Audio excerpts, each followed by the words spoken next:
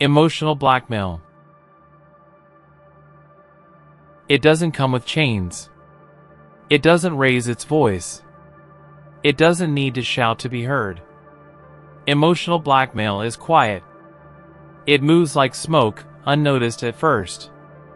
Until you can't breathe without permission. It begins with a simple request. A favor. A need. Something that sounds small, maybe even reasonable. But underneath, there's pressure. A whisper that says, if you don't do this, you'll hurt me. You'll let me down. You'll be the bad one. And so you do it. Not because you want to, but because not doing it feels unbearable. Over time, this pattern becomes familiar.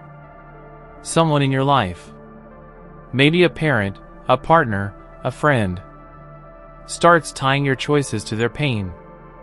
If you speak up, they suffer. If you say no, they cry. If you take space, they punish you with silence or sharp words dipped in guilt. They never say you owe me, but everything in their tone screams it. You begin to anticipate their reactions before you even act. You start shrinking your wants, reshaping your life around their feelings. You call it love. They call it love. But it's not love. It's control with a sugar coating. The trick of emotional blackmail lies in its subtlety. It doesn't look like abuse. There are no bruises, no shouting matches, no slammed doors. Instead, there are sighs that last just a little too long. Eyes that well with tears the moment you mention something they don't want to hear. Words like I just thought you cared, or after everything I've done for you, or if you really love me, you wouldn't do this. And every time they say it, something inside you twists. Not because they're right, but because part of you starts to wonder if maybe they are. Emotional blackmail feeds on fear.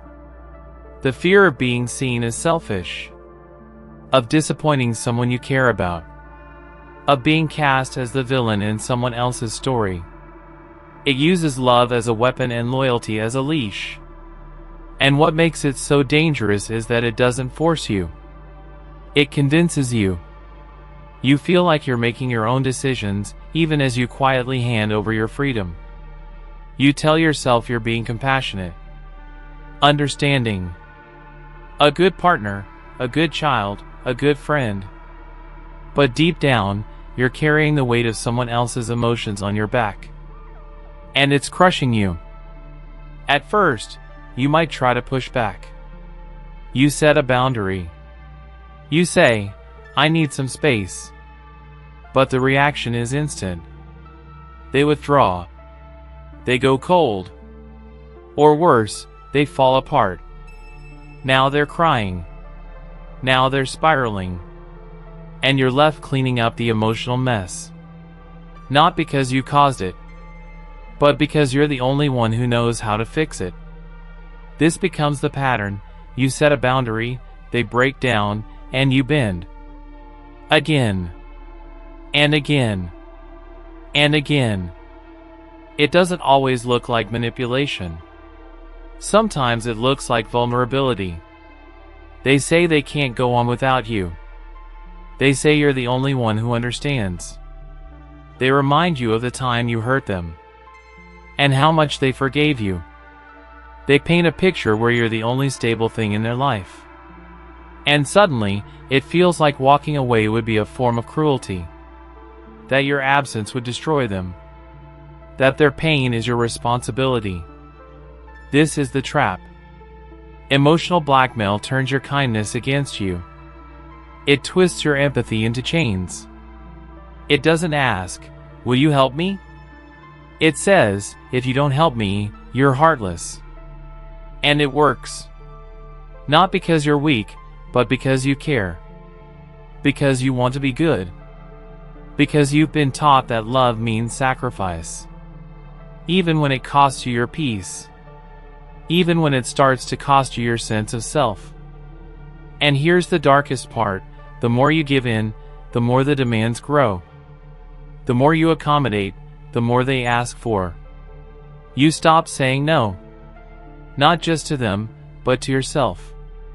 You stay silent to avoid a reaction. You stop bringing up things that matter. You shrink your world down to what won't upset them. You tell yourself it's easier this way. But it's not easier. It's just quieter.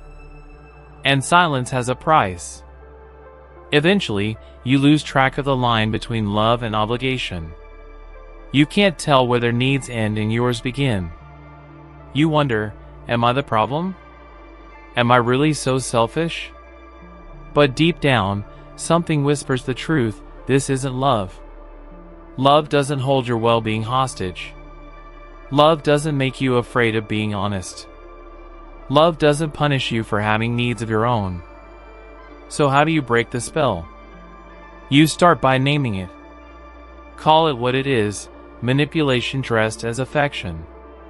Guilt with a mask of care. Then, you set a boundary. Not to hurt them, but to save yourself.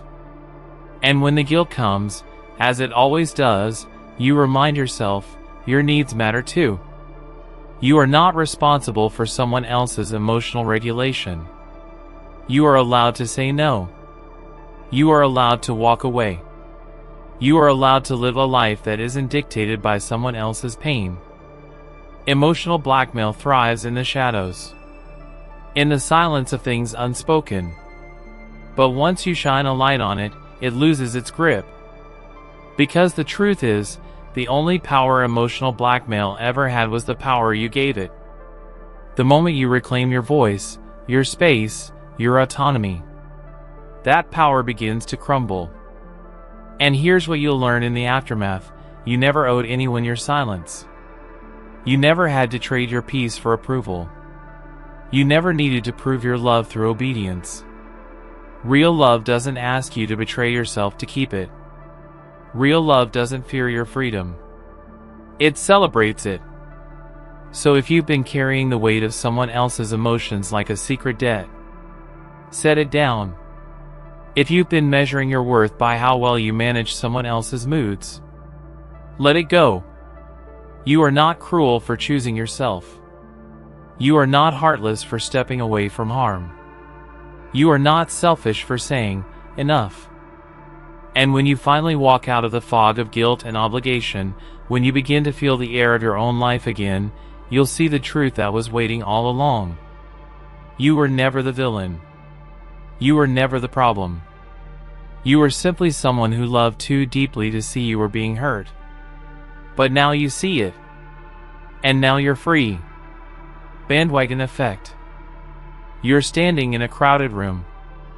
At first, you're not sure what everyone's looking at, but they're all facing the same direction, pointing, nodding, whispering with excitement. You don't really see what they see, but you feel something shift inside you. A quiet voice says, maybe I should be looking too. And just like that, you turn your head. That is the bandwagon effect. A psychological pull so subtle, so pervasive, that it makes you abandon your own thoughts just to match the crowd. The bandwagon effect is the tendency to adopt beliefs or behaviors simply because others are doing the same. It doesn't matter whether the idea is right or wrong, true or false. What matters is how many people seem to believe it. Popularity becomes proof. Consensus becomes certainty. And the more people who jump on, the harder it becomes to stay off.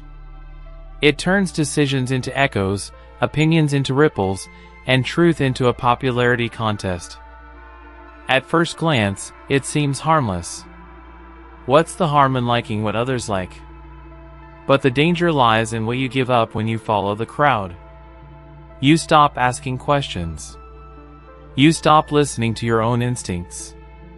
You silence the small voice that says, this doesn't feel right, because you don't want to be the only one who doesn't get it. The fear of missing out, of standing alone, of looking foolish. It all merges into one powerful impulse: just go along. The bandwagon effect plays on one of our oldest survival instincts. In early human history, being part of the group meant safety. Being left out meant danger. So our brains evolved to notice what others were doing and mimic them. If the tribe ran, you ran. If the tribe gathered, you gathered. Even now, in a world of algorithms and individualism, that ancient reflex still lives inside us. We see a crowd and we assume there must be something worth seeing. We see likes, views, shares. And we assume they mean value, truth, quality. And that's where it begins. You see a book everyone is talking about, and suddenly it's on your reading list.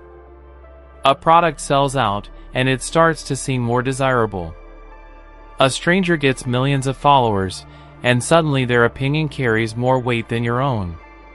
Not because the thing is better, or truer, or more meaningful, but simply because other people seem to believe it is. You're not convinced by the content.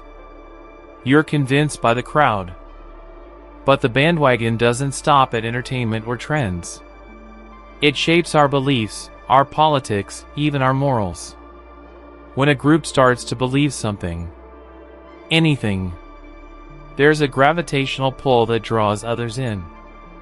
A single idea, amplified by repetition and numbers, starts to look like reality. It becomes harder and harder to disagree. And even if you feel doubt, you keep it to yourself. Because nobody wants to be the lone voice in a sea of certainty. This is how echo chambers form. One person's opinion becomes a shared belief. That belief spreads, gains momentum, and before long, questioning it feels like betrayal. The bandwagon doesn't just tell you what to think. It tells you who your people are, what side you're on, and what it means to belong. And the cost of stepping off? Isolation, criticism, rejection. So you stay quiet. You nod along. You ride the wave, even when it's going somewhere you never intended to go. And the scariest part? Most of the time, you don't even know what's happening. The bandwagon doesn't announce itself. It doesn't say, this belief is only popular because it's trending. It says, look how many people agree. They can't all be wrong. It feels like safety. It feels like truth. But underneath, it's just momentum masquerading as meaning. This is why marketing campaigns work best when they show you that others have already bought in. Bestseller. Most liked. Trending now. These aren't just labels. They're psychological shortcuts. Your brain sees the popularity and thinks that many people can't be wrong. And suddenly, you're interested in something you didn't even notice before. Not because it speaks to you, but because it spoke to someone. Anyone. First. Social media amplifies this effect in ways we're only beginning to understand. Every like, every comment, every retweet is a signal. A tiny endorsement that feeds the bandwagon. The more people engage, the more visible something becomes. And the more visible it is, the more people assume it must be worth their attention. It's not the best ideas that rise. It's the loudest, the most shared, the most aligned with the crowd's current mood. This creates a dangerous illusion that popularity equals value, that visibility equals truth, that if everyone is thinking it, it must be right. But history tells a different story. Some of the worst decisions humanity has ever made, wars, witch hunts, mass delusions, were fueled by the bandwagon. Not because they were true, but because they were believed. Not because they made sense, but because questioning them meant exile. So how do you protect yourself?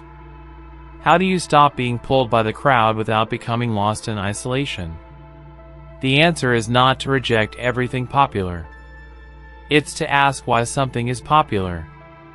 Is it rising because it speaks to something real inside you?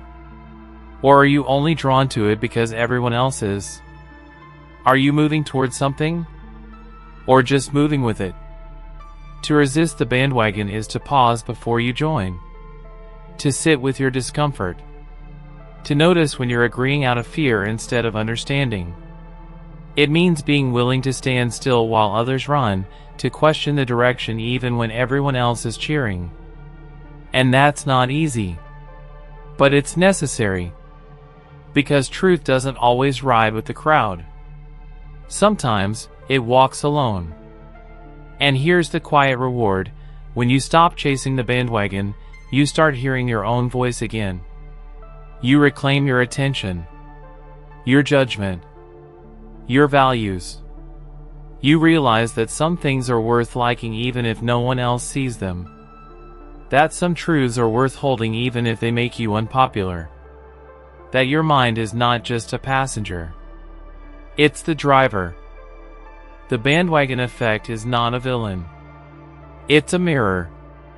It shows us how easily we trade thinking for belonging, how often we mistake consensus for clarity. But once you see it, you can choose differently. You can choose to think slowly, speak honestly, and believe carefully. You can ask, does this resonate with me, truly? Or am I just afraid of being left behind? And maybe, just maybe, you'll find that the things you choose on your own terms, quietly, courageously, matter more than anything a crowd could offer. Because in a world rushing to belong, the bravest thing you can do is pause. Gaslighting. It starts with something small. A comment that doesn't sit right. A moment that feels off. You remember it one way, but they insist it happened differently. You feel confused, maybe even a little embarrassed. Maybe I'm just misremembering, you think. But then it happens again. And again. And again. Until one day, you stop trusting your memory. Not because it failed you, but because someone else slowly taught you not to. This is gaslighting. A psychological manipulation so subtle, so disorienting, that it makes you question your own reality. It doesn't rely on force. It doesn't need loud voices or locked doors. It only needs time. And repetition. Over time, you begin to forget what's real and what isn't. What you felt.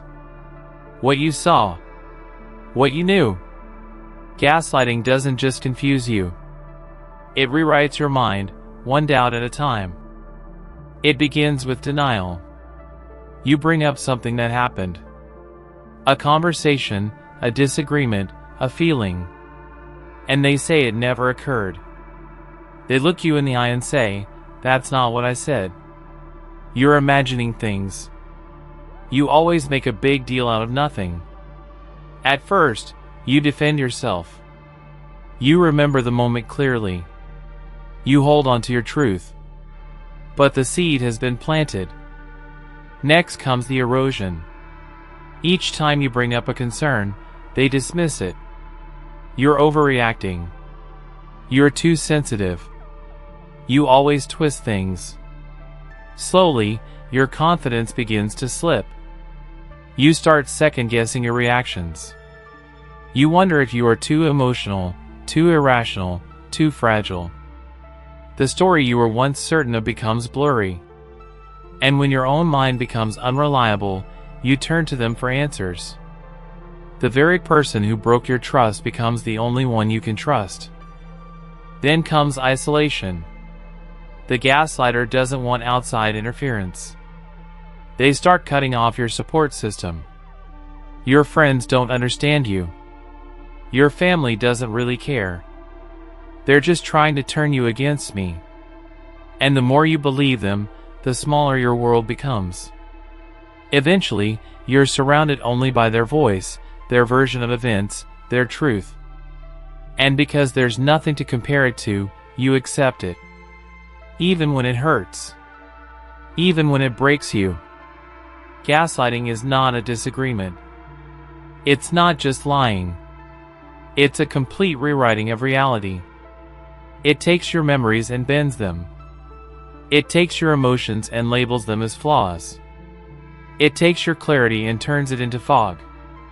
And the worst part is that by the time you realize what's happening, if you ever do, it feels like it's too late, because you've already stopped trusting yourself.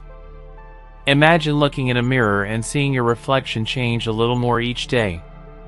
Not because you've changed, but because someone is standing behind you, slowly smearing the glass. Eventually, you no longer recognize what's staring back at you. That's what gaslighting does to your mind. It distorts your inner reflection until you're no longer sure of who you are. Gaslighters often appear charming to others. They can be kind, generous, and persuasive, especially in public. They know how to shape perception. They know how to manipulate sympathy. When you try to explain what's happening, people may not believe you. But they're such a good person. They seem so caring. Are you sure you're not just being dramatic? And so, you go silent. Again. But the silence isn't peace. It's survival. You stop bringing things up because every confrontation ends with you apologizing. You stop expressing needs because every request is turned into a criticism. You stop feeling safe in your own skin because even your thoughts feel suspect. The gaslighter doesn't just control your relationship. They start to control your identity. You begin to monitor your own behavior, anticipating their reaction before it happens. You shrink your emotions to avoid their judgment. You hide your instincts because they've been labeled as broken. You carry guilt that doesn't belong to you, shame that was handed to you. And the longer it goes on, the more distant your old self becomes. Not because you've changed, but because you've been changed. And here's the terrifying truth: gaslighting works because it mimics your inner voice. Over time, you can no longer tell the difference between their criticism and your own thoughts. Their words echo in your mind as if they were yours. Maybe I am too sensitive. Maybe I do need to try harder. Maybe this is all my fault. That's when the manipulation becomes complete. When the gaslighter no longer needs to say anything, because you've internalized them. They live in your head, uninterrupted. So how do you break free from something that's buried inside you? It starts with recognizing the pattern. It starts with reclaiming your doubt. Not as weakness, but as a warning. If someone constantly makes you feel confused, ashamed, or unsure of your reality, stop and ask yourself why. If your confidence decreases the longer you're with them, ask yourself what changed. Gaslighting thrives in darkness. The antidote is light. Reconnect with people who knew you before the fog. Listen to your own instincts, especially the ones they told you were wrong. Keep a journal. Document your experiences. Write down what was said, what you felt, what you saw. Because when someone tries to erase your reality, your words can become an anchor. A way to hold on to what's true. Healing from gaslighting takes time. It requires unlearning the lies you've been told about yourself. It means greeting the version of you that was lost in the manipulation. It means rebuilding trust. Not with them, but with your own mind. You have to learn to believe your memories again. To trust your feelings. To give yourself permission to say, I know what happened. And it wasn't okay. And most of all, you have to remember, it wasn't your fault. Gaslighting doesn't work because you were weak. It works because you were human. Because you cared. Because you tried to understand. But there is strength in recognizing the truth, even when it's painful. There is courage in choosing clarity over comfort. There is freedom in saying, this ends here. Gaslighting steals your voice so quietly that you don't even hear it go. But you can take it back. One word at a time. One truth at a time. And in doing so, you'll find something even more powerful than certainty. You'll find yourself. Love bombing. At first, it feels like magic. Like something out of a dream. They see you. Really see you. In a way no one ever has. Their words are warm, overflowing. You're beautiful. Special. Unlike anyone they've ever met. Every message, every glance, every touch seems like a promise. A future wrapped in gold. And in the beginning, it feels like falling into sunlight. You think, this must be what real love feels like. But then something strange begins to happen. It's not the affection itself. It's the intensity. It's how fast it comes, how completely it floods your world. Texts morning, noon, and night. Gifts without occasion. Declarations of love before you've had time to take a breath. It's overwhelming, but it's framed as passion. As soul connection. As fate. And so, you don't question it. Because why would you? It feels good. It feels intoxicating. It feels like everything you've been waiting for. This is love bombing. A psychological tactic that disguises control as devotion. It's not about genuine affection. It's about dependency. It works not by force, but by flooding. Overloading your senses. Hijacking your brain's reward system. It creates a high, a rush, an emotional addiction that leaves you chasing a version of love that was never real to begin with. The goal isn't connection. It's captivity. At the heart of love bombing is a performance. The compliments are rehearsed. The flattery is exaggerated. The affection is conditional. But you won't see that at first. You're too wrapped in the fantasy. Too busy feeling seen, chosen, worshipped. You begin to adjust your life to fit theirs. Your days revolve around their approval. Their attention becomes the air you breathe. And that's exactly the point. Love bombing creates an illusion of instant intimacy. The manipulator doesn't want to know you. They want to consume you. They skip the slow build of trust and understanding. They overwhelm you with gestures that feel like love, but serve a different purpose: to break down your defenses. To make you attach quickly, deeply, blindly. So that when the mask slips, and it always does, you're already too invested to walk away. Because eventually, the flood turns into a trickle. The warmth fades. The attention wanes. And suddenly, the person who once made you feel like the center of the universe becomes distant, cold, or critical. You're left confused, hurt, desperate to get back to that original high.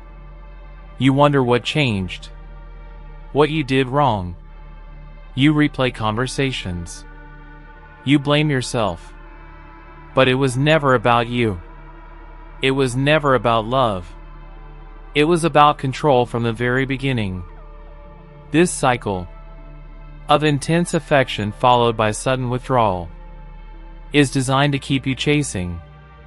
It's called intermittent reinforcement. It's the same mechanism used in gambling addiction. When rewards come unpredictably, we become hooked. The uncertainty makes us crave the next hit. You start to believe that if you just try harder, be better, give more, the love will return. But what you're chasing was only ever bait. And here's where it becomes dangerous. The more you chase, the more power they gain. They become the supplier of your emotional highs and lows. They determine your worth, your peace, your sense of self. You begin to depend on the very person who's breaking you. And when they give you crumbs of affection again, after days or weeks of silence or blame, it feels like salvation. But it's not. It's manipulation. Carefully timed. Strategically delivered. Just enough to keep you hooked. Love bombing doesn't always look toxic on the surface. It often hides behind poetry, romance, grand gestures. But real love doesn't rush. It doesn't need to prove itself with fireworks. Real love grows slowly, steadily, quietly. It respects boundaries. It listens more than it speaks. It doesn't make you question your instincts. It doesn't leave you feeling dizzy. The tragedy of love bombing is that it preys on our deepest desires. To be wanted. To be valued. To be chosen.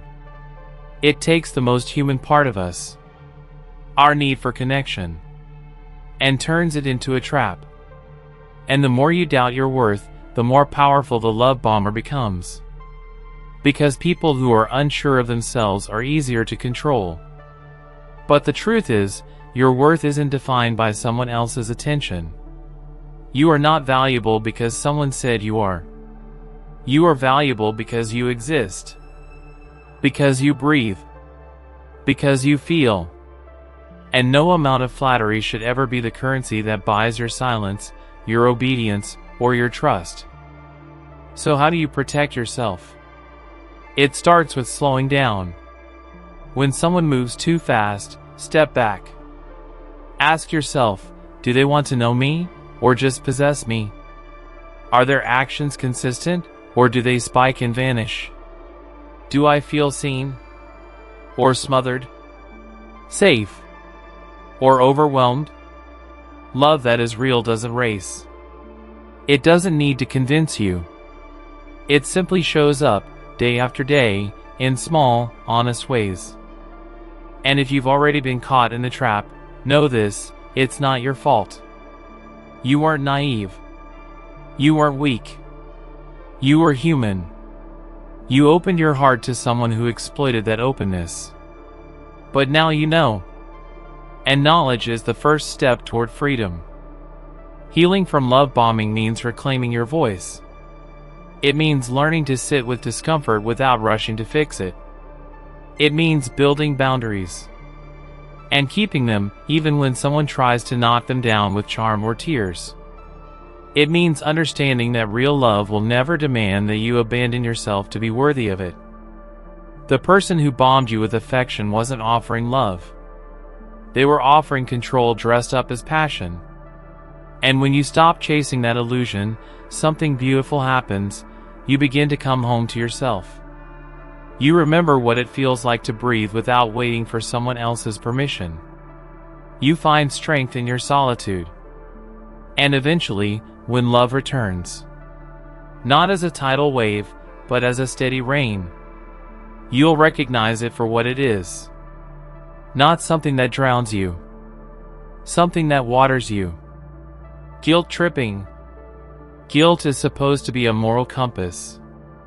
A quiet signal inside us that guides our actions, helps us do what's right, keeps us connected to the people we love.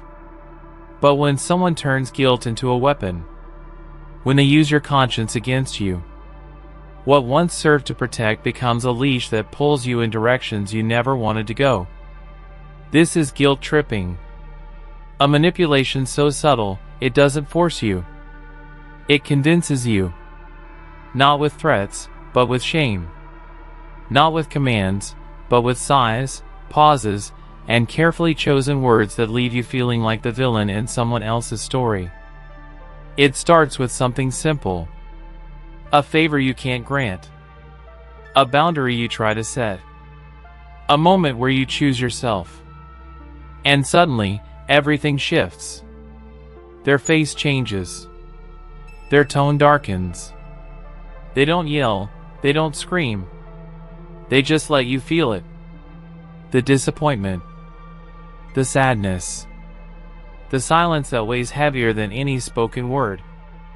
And somehow, even though you did nothing wrong, you're the one who ends up apologizing. Guilt tripping works because it taps into your empathy. Into your desire to be kind, to be good, to be loved. It turns your compassion into currency. Every act of self-preservation becomes framed as selfishness. Every no you speak becomes a betrayal. The message isn't direct. But it's clear, if you really cared, you'd do this for me. And so, you do it. Not because it's what you want, but because you can't bear the thought of being seen as uncaring. You begin to notice the pattern. The subtle guilt that creeps in when you prioritize yourself. The disappointment that follows whenever you say no. The stories they tell about how much they've done for you, how much they've given up, how hurt they feel by your actions. They don't ask for much, they say. They just want appreciation. Just a little effort. Just some respect. But the definition of effort keeps changing. The more you give, the more they ask for. And every time you hesitate, they remind you of everything they've done. The most dangerous part of guilt tripping is how quietly it shifts your reality. You start to question your own intentions. You ask yourself, was I really being selfish? You wonder if maybe you're too cold, too distant, too difficult to love. You begin to rewrite your decisions not based on what's best for you, but based on what won't make them upset. And over time, you learn to abandon yourself. Not out of fear, but out of guilt. But guilt shouldn't feel like a trap. It shouldn't feel like a test you can never pass. Real guilt arises when you've truly done harm. It leads to reflection, accountability, and change. But guilt tripping is different. It creates guilt out of nothing. It manufactures wrongness in your simplest choices. It punishes you for having needs, for setting limits, for being human. The tactics are subtle, but effective. They might say, after everything I've done for you, this is how you repay me? Or, I guess I just don't matter to you anymore. They might not say anything at all. Just a sigh, a look, a silence that lasts a little too long. And suddenly, your stomach sinks. You want to make it better. You want to fix it. You want them to smile again. So you sacrifice yourself. Again. And again. Eventually, you stop realizing it's happening. The guilt becomes part of your daily rhythm. You agree to things you don't want to do. You stay silent when you need to speak. You stretch yourself thin, then apologize when you still don't meet their expectations. And every time you try to pull away, to speak up, to step back, they double down. The guilt returns, heavier than before. But here's the truth, their suffering is not your fault. Their disappointment is not your responsibility. Their unmet expectations are not your shame to carry. Guilt tripping works only when you believe you must earn love through sacrifice.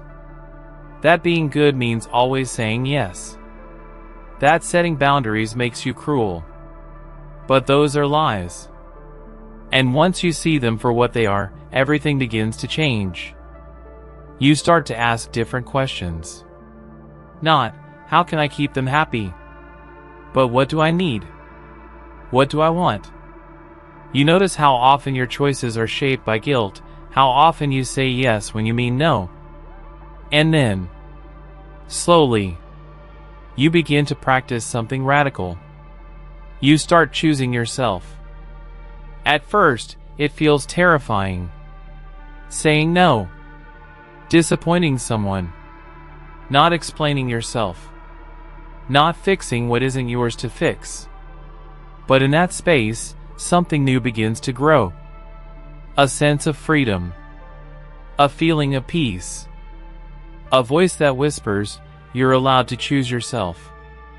You're allowed to take up space. You're allowed to say no without apology. You begin to recognize that love doesn't require guilt. That real connection is built on mutual respect, not obligation. That people who truly care about you won't use your conscience against you. They won't make you feel like a bad person for being honest or selfish for having boundaries. They'll listen. They'll understand. They'll accept you as you are, not as someone molded by guilt. And if someone leaves because you stopped allowing yourself to be manipulated, let them. If they only stayed because guilt kept you obedient, they were never really with you to begin with. That's not love. That's control dressed in the clothes of sacrifice. That's emotional debt disguised as devotion. Breaking free from guilt tripping means reclaiming your inner compass. It means separating false guilt from true accountability. It means recognizing that your worth isn't measured by how much you give until there's nothing left. It's measured by how fully you live in alignment with yourself. So if you've been walking through life carrying guilt that was handed to you, set it down. If you've been silencing your needs to avoid disappointing others, speak. If you've been told that love means shrinking yourself for someone else's comfort, remember, real love will never require your silence, your shame, or your suffering. You don't have to earn your right to say no.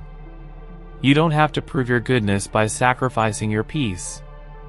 And you don't have to carry guilt that doesn't belong to you. Sometimes the kindest thing you can do, for yourself and for others, is to stop letting guilt make your decisions. Sometimes, freedom begins with a single word, no. Negging. It sounds like a joke at first. A throwaway comment. A backhanded compliment. Something that almost makes you laugh. Until it doesn't. Maybe they say you look good, for your age. Maybe they tell you you're smart, but not in a threatening way. Maybe they say you're attractive, but they usually go for someone a little taller, thinner, quieter. At first, it's confusing. You tilt your head. You try to laugh it off. But something about the way they say it lingers in the air. It's not quite mean, but it's not kind either. This is negging. A manipulative tactic dressed up as flirtation. It's not about charm or wit. It's about control. It's the art of subtle insult disguised as interest. The science of lowering someone's self-esteem just enough to make them chase validation from the very person who knocked them down. And the worst part is, it works not because it's honest, but because it's calculated. Because it hits just close enough to your insecurities to make you doubt yourself. Negging doesn't start with cruelty. It starts with charm, with attention, with the illusion that you're being noticed. The comment is usually small, indirect, and wrapped in a smile. You're not like the other girls I date. You're actually kind of real. You pull off that outfit, even though it's not what I'd usually like. These phrases sound flattering at first, but then they echo, and they chip away. The compliment is laced with comparison. The attention comes with a catch. Negging thrives in ambiguity. If you react, they accuse you of overreacting. Relax, it was just a joke. Can't you take a compliment? You begin to question your sensitivity. You wonder if you're being dramatic. But somewhere deep inside, something tightens. Something shifts. Because your brain knows what your heart doesn't want to admit. This isn't how genuine admiration feels. The purpose of negging is simple: destabilize your confidence just enough to make their approval feel like oxygen. It creates a gap, a subtle insecurity, and then offers attention as the reward for filling it. When you start questioning your worth, you become more receptive to external validation. And they position themselves as the one who can give it, or withhold it. It's a trap disguised as attention. A hook wrapped in flattery. And once you're caught, it becomes harder and harder to see the difference between affection and manipulation. You begin to work harder for compliments. You start changing how you dress, how you speak, how you carry yourself, just to avoid those little jabs. You crave their praise, but it always comes with a sting. They give you just enough to keep you guessing, but never enough to feel secure. And that's the entire strategy. Keep you unsure. Keep you slightly off balance. Keep you seeking approval that never quite arrives. Because as long as you're chasing their validation, you're not asking the real questions. Questions like, Why do I feel worse about myself after spending time with them? Why do their compliments always come with a twist? Why do I feel like I'm constantly being evaluated, graded, judged, measured against something I'll never fully understand?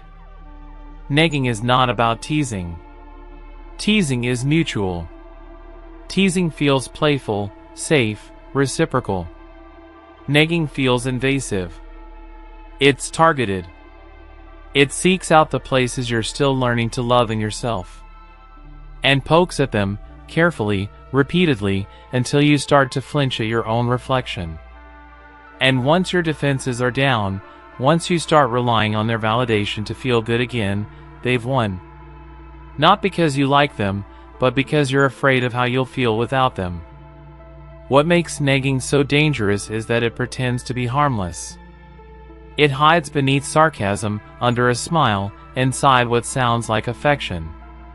It's hard to call out, because it's designed to make you look unreasonable if you do. The person doing it always has a way out. I was just being honest. You're too sensitive. I'm helping you toughen up. And slowly, you start to believe them. You begin to silence your instincts. You teach yourself not to flinch, not to speak up, not to leave. But here's the truth, real attraction doesn't require pain. Real interest doesn't need to dismantle your confidence. If someone likes you, they won't make you feel small to get your attention. They won't test your self-worth like it's a game. They won't plant insecurity and water it with mixed signals. Negging only works on people who still think they have to earn love, who still believe that attention, even cruel attention, is better than silence, who haven't yet realized that someone making you feel unsure of yourself is not someone worth holding on to. Because the moment you realize your worth isn't up for debate, negging loses all its power. So how do you protect yourself? You start by listening to how you feel after the interaction. Do you feel better? More confident? More seen? Or do you feel confused? Unsettled? A little less sure of yourself than you did before? Trust that feeling. Trust your discomfort. Don't explain it away. You begin by naming it. That wasn't a compliment. It was a disguised insult. That wasn't attraction. It was a test. That wasn't honesty. It was control. And then you make the decision not to engage. Not to play the game. Not to chase approval from someone who never planned to give it in the first place. Because you deserve better. You deserve interest that feels safe. Compliments that feel whole. Affection that doesn't come wrapped in doubt. You don't have to earn your worth through someone else's approval. You don't have to accept love that makes you shrink in order to fit. You don't have to stay in conversations where you feel like a target instead of a person. Negging is not flattery. It's not flirting. It's not confidence. It's insecurity in disguise. And the moment you recognize it, you no longer have to be affected by it. You don't have to explain yourself. You don't have to teach them how to treat people. You just have to walk away.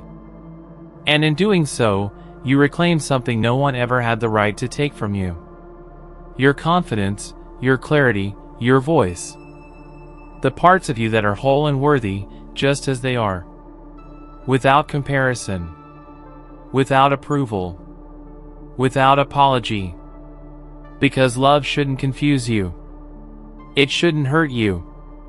And it should never make you question your own worth. Triangulation. It starts subtly. A name mentioned in passing. A comment dropped like a pebble into still water. She never argues with me the way you do. He would have handled this better. I was talking to someone else, and they think I'm right. And just like that, the room changes. You're no longer dealing with one person. There's a third voice in the conversation now. Sometimes real, sometimes imagined. But always present. This is triangulation, a manipulation technique that pulls someone else into the dynamic, not to solve problems, but to deepen control. Triangulation is the art of introducing a third party to create confusion, competition, and insecurity. It's used to destabilize, to divide, and to distract. Instead of working through an issue directly, the manipulator introduces another person to shift the balance of power. Now it's not just you and them. It's you versus someone else. And suddenly, you're not sure who to trust. You're not even sure what's real anymore. This tactic plays on something deeply human, the need to feel valued, chosen, secure. When someone you care about subtly compares you to another, it creates a quiet panic. You wonder if you're being replaced, if you're not enough, if you're losing your place in their world. That fear makes you work harder, speak softer, tolerate more. It makes you chase their approval, desperate to be the one they pick. And that's exactly what they want. Triangulation isn't always obvious. Sometimes it's a simple shift in attention. A partner suddenly becoming close to an ex. A parent praising one sibling while criticizing the other. A boss favoring one employee while quietly undermining the rest. The goal isn't resolution. It's imbalance. The manipulator creates a hierarchy where loyalty must be earned, not given. Where closeness is conditional. Where safety is always just out of reach. And over time, you begin to feel it. The constant tension. The invisible competition. The way you second-guess your words, your worth, your place. You start comparing yourself to others, measuring your value through someone else's gaze. You lose the ability to trust your instincts, because everything feels like a test. A shifting game of alliances, where the rules are never explained and the goalposts are always moving. Triangulation works not because it's logical, but because it's emotional. It taps into old wounds. Childhood fears of not being good enough, of being left out, of being replaced. It pulls those insecurities to the surface and uses them as leverage. And the more uncertain you feel, the easier you are to control. The third party doesn't even need to be involved. They might be completely unaware. Their name alone is enough. The idea of someone else, someone better, someone more obedient or understanding or desirable. It's a powerful illusion. It shifts the focus away from the manipulator's behavior and onto your response. You stop asking, "Why are they doing this to me?" and start asking, "What's wrong with me?" In romantic relationships, triangulation is often mistaken for jealousy games. One partner flirts with someone else, brings up an ex, or praises a coworker. All under the guise of innocence. But it's not about attraction. It's about control. About keeping you on edge, never fully comfortable, always striving to be enough. In families, triangulation creates lifelong scars. A parent turns siblings against each other, confides in one child while criticizing the other. They create alliances, assign roles. The golden child, the scapegoat. Love becomes a currency, passed around as a reward for loyalty. And even as adults, those children carry the weight of that imbalance long after the game has ended. In workplaces, it's a tool for dominance. A manager plays favorites, pits colleagues against one another, spreads rumors under the surface. It keeps the team divided, distracted, too busy competing with each other to notice where the real problem lies. What makes triangulation so devastating is that it feels personal. It convinces you that your insecurity is your fault, that your discomfort is a sign of weakness. But it's not. It's a response to manipulation. A sign that your boundaries are being bent, your emotions exploited, your peace disrupted by someone who doesn't want harmony. They want leverage. So how do you recognize triangulation? Pay attention to how often other people are brought into your conflict. Notice when comparisons are used instead of conversations. When someone makes you feel like your value is dependent on beating someone else. When issues aren't resolved directly but through third parties, secrets, or implied threats. And then, most importantly, step back. Remove yourself from the triangle. You don't have to compete for love. You don't have to win a place that should already be yours. If someone makes you feel like you're constantly on trial, constantly being measured against someone else, ask yourself, is this love? Or is this control? Healing from triangulation means finding your center again. It means learning to see yourself without comparison. It means trusting your instincts when something feels off, even if the manipulator insists otherwise. It means realizing that real love, real leadership, real care never asks you to doubt your worth to prove your place. And when you see the pattern clearly, you can refuse to play. You can step away from the game. You can say, I won't compete for what should be given freely. I won't question my value just because someone else is standing beside me. I won't let someone use others as weapons to break my confidence. Because in the end, triangulation is a distraction. A way to keep your focus off the truth. And the truth is this: you are not too much. You are not hard to love. You are not second best. You are not a pawn in someone else's strategy to feel powerful.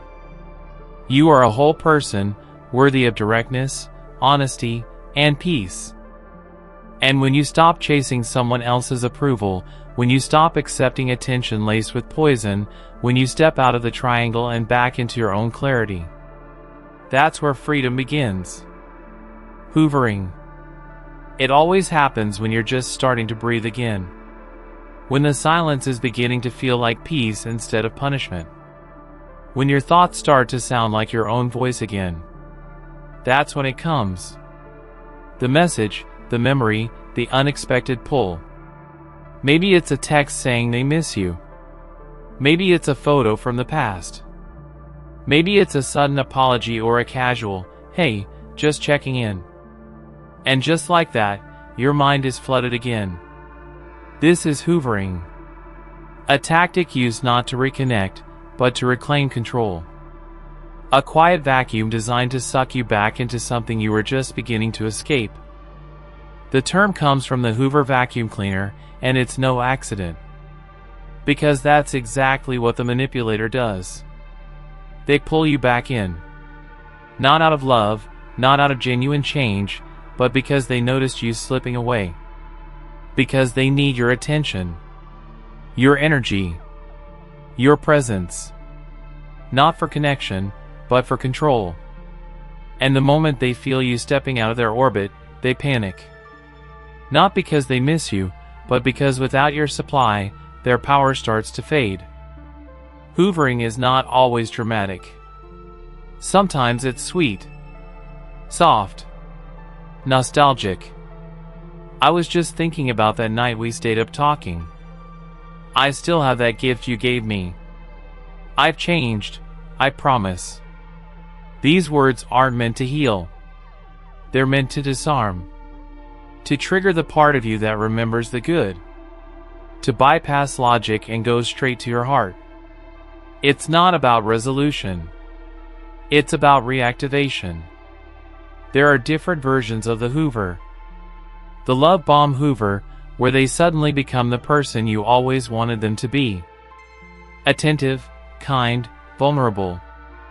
They say everything you've been waiting to hear, not because they believe it, but because they know you do. Then there's the pity Hoover. They tell you how much they're suffering. How no one understands them. How lost they are without you. And somehow, even though they hurt you, you feel sorry for them. You feel responsible. And when sympathy doesn't work, they try rage. The anger Hoover. They accuse you of abandoning them. They guilt you for leaving. They twist the story until you're the villain and they're the victim. Their goal isn't to push you away. It's to provoke you, to get any reaction.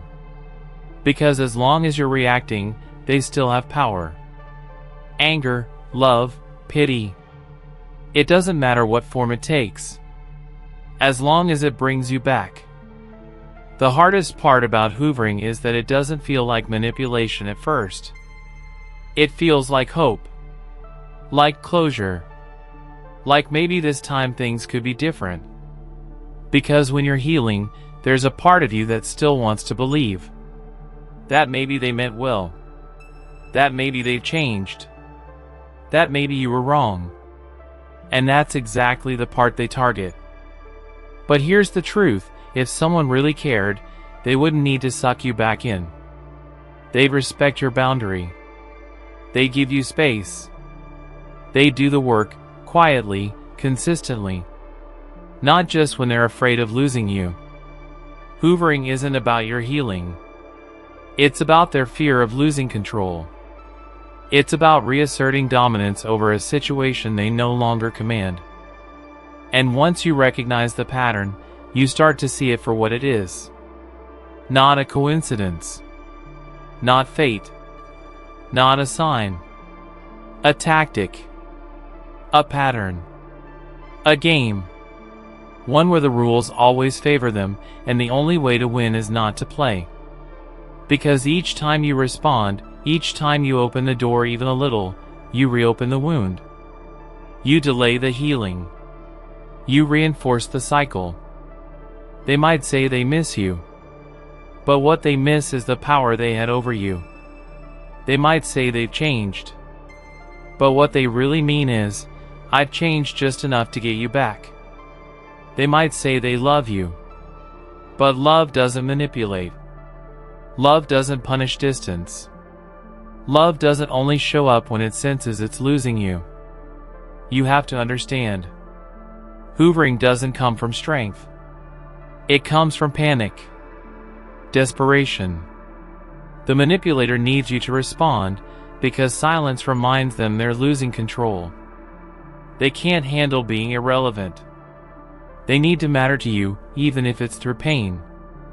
Because when someone has built their identity around controlling others, your absence becomes unbearable.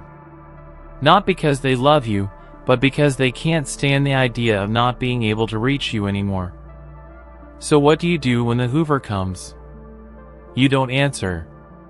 Not because you're heartless, but because you're healing. Not because you don't care, but because you finally care about yourself more. You block. You delete. You protect the quiet you've worked so hard to rebuild. You remind yourself that the peace you're feeling is not emptiness. It's freedom. That longing you feel isn't love. It's the echo of an old pattern trying to repeat itself. And every time you don't respond, you teach yourself something new. That you are strong enough to stay gone. That you don't owe anyone access to your healing. That you are allowed to keep your door closed, even if they're standing outside with flowers and stories and apologies. You are not cruel for protecting your peace. You are not cold for ending a cycle that only knew how to spin. You are not wrong for finally walking away. Because healing is not just about leaving. It's about staying gone. It's about resisting the pull of old patterns. It's about choosing discomfort in the short term over destruction in the long term. And the more you say no, the louder your yes to yourself becomes. You are not the person you were when they could still pull you back. You're becoming someone new. Someone who recognizes games when they're being played. Someone who chooses silence over chaos. Someone who doesn't confuse manipulation for meaning. And the beautiful thing is, once you see the Hoover for what it is, it loses its power. The words don't sting. The gestures don't move you. The trap doesn't tempt you. Because you've seen behind the mask. And no matter how convincing the performance, you know the ending. And this time, you're not staying for the show. Let them circle. Let them try. Let them say what they always say. You don't have to fight them. You don't have to explain. You don't even have to respond. You've already won. You walked away. And this time, you're not turning back. Weaponizing insecurities. They ask you about your past. About what makes you nervous. About the things you've always wanted to change about yourself. And you tell them, because at first, it feels safe. It feels like connection. Like someone finally sees through the surface and wants to understand you. You open up about the time you felt unwanted. About the parts of yourself you've never quite made peace with. About the wounds that haven't fully healed. You think you're building trust. But what you're really doing, without knowing it, is handing them the blueprint for your destruction. Weaponizing insecurities doesn't begin with cruelty. It begins with curiosity. With soft questions, gentle eyes, and the illusion of safety. They gather information slowly, like someone learning the layout of a home before they decide where to set the fire. And once they know what makes you doubt yourself, what you're sensitive about, what makes you flinch, they don't forget. They wait. And then, one day, when you least expect it, they use it. It might come during an argument. You raise your voice, stand your ground. And suddenly, they say it. That one thing you told them in confidence. That one secret you never told anyone else. It slips out of their mouth so casually, but it hits like a knife. And in that moment, you're no longer arguing about the issue. You're defending yourself against a wound you thought you buried. You feel exposed. Small. Powerless. And that's exactly what they wanted. Weaponizing insecurities isn't always loud. Sometimes, it's disguised as a joke. A light jab about your weight, your past, your intelligence. Something they say with a smile, then quickly follow with, "Relax, you're too sensitive. I'm just playing." But it doesn't feel like play. It feels like shame. Like someone holding a mirror to your worst thoughts and laughing at the reflection. You want to speak up, but you freeze. Because deep down, a part of you wonders if they're right. This kind of manipulation is hard to spot because it wears the mask of honesty. I'm just being real. Someone had to tell you the truth. I'm only saying what everyone else is thinking. But real honesty uplifts. It empowers. It creates space for growth, not collapse. Weaponized honesty, on the other hand, is precision-guided shame. It doesn't aim to help. It aims to hurt. And it always hits where it knows it will matter most. The people who do this often know exactly what they're doing. They choose your insecurities on purpose, because those are the parts of you least defended. The parts you haven't learned to love yet. The parts still raw with memory. And when they strike, they do so in ways that leave you feeling not just hurt, but defective. They want you to believe that the worst things you think about yourself are true. That their cruelty is confirmation, not attack. And over time, you start to internalize it. You flinch less. You defend yourself less. You even start repeating their words in your own mind. Maybe I am too emotional. Maybe I am hard to love. Maybe no one else would want me like this. Their voice becomes your inner monologue. Their opinion becomes your truth. And once that happens, they no longer need to insult you directly. You begin doing it for them. That's the danger. Not just that they make you feel small, but that they teach you how to stay small on your own. You become hesitant, apologetic, careful not to trigger another comment, another eye roll, another sarcastic remark. You start living around their judgments, shrinking yourself into shapes that won't provoke criticism. But no matter how much you change, they always find something else. Because it was never about your flaws. It was always about their need to control you through them. It's important to know this: your insecurities are not weaknesses. They are simply places where you've been hurt. Places that need healing, not shame. And anyone who uses them against you, who turns your vulnerability into ammunition, is not trying to help you grow. They're trying to keep you powerless. Because a confident you is harder to control. A self-assured you doesn't tolerate disrespect. A healed you doesn't stay in relationships that feel like constant emotional warfare. So how do you begin to protect yourself? It starts with awareness. With noticing when someone's words leave you feeling smaller, more uncertain, more ashamed. It starts with asking, was that really feedback? Or was it an attack? Was that joke really funny? Or just a disguise for cruelty? It means paying attention not just to what people say, but how you feel after they say it. Because your body often knows what your mind tries to justify. The next step is reclaiming your voice. You don't have to stay silent. You don't have to pretend it didn't hurt. You're allowed to say, that crossed a line. You're allowed to protect your dignity, even if it makes them uncomfortable. Because protecting yourself isn't cruelty. It's clarity. And the more you defend your inner space, the more sacred it becomes. Healing from this kind of manipulation takes time. It means unlearning the lies you were fed about yourself. It means separating your truth from someone else's projection.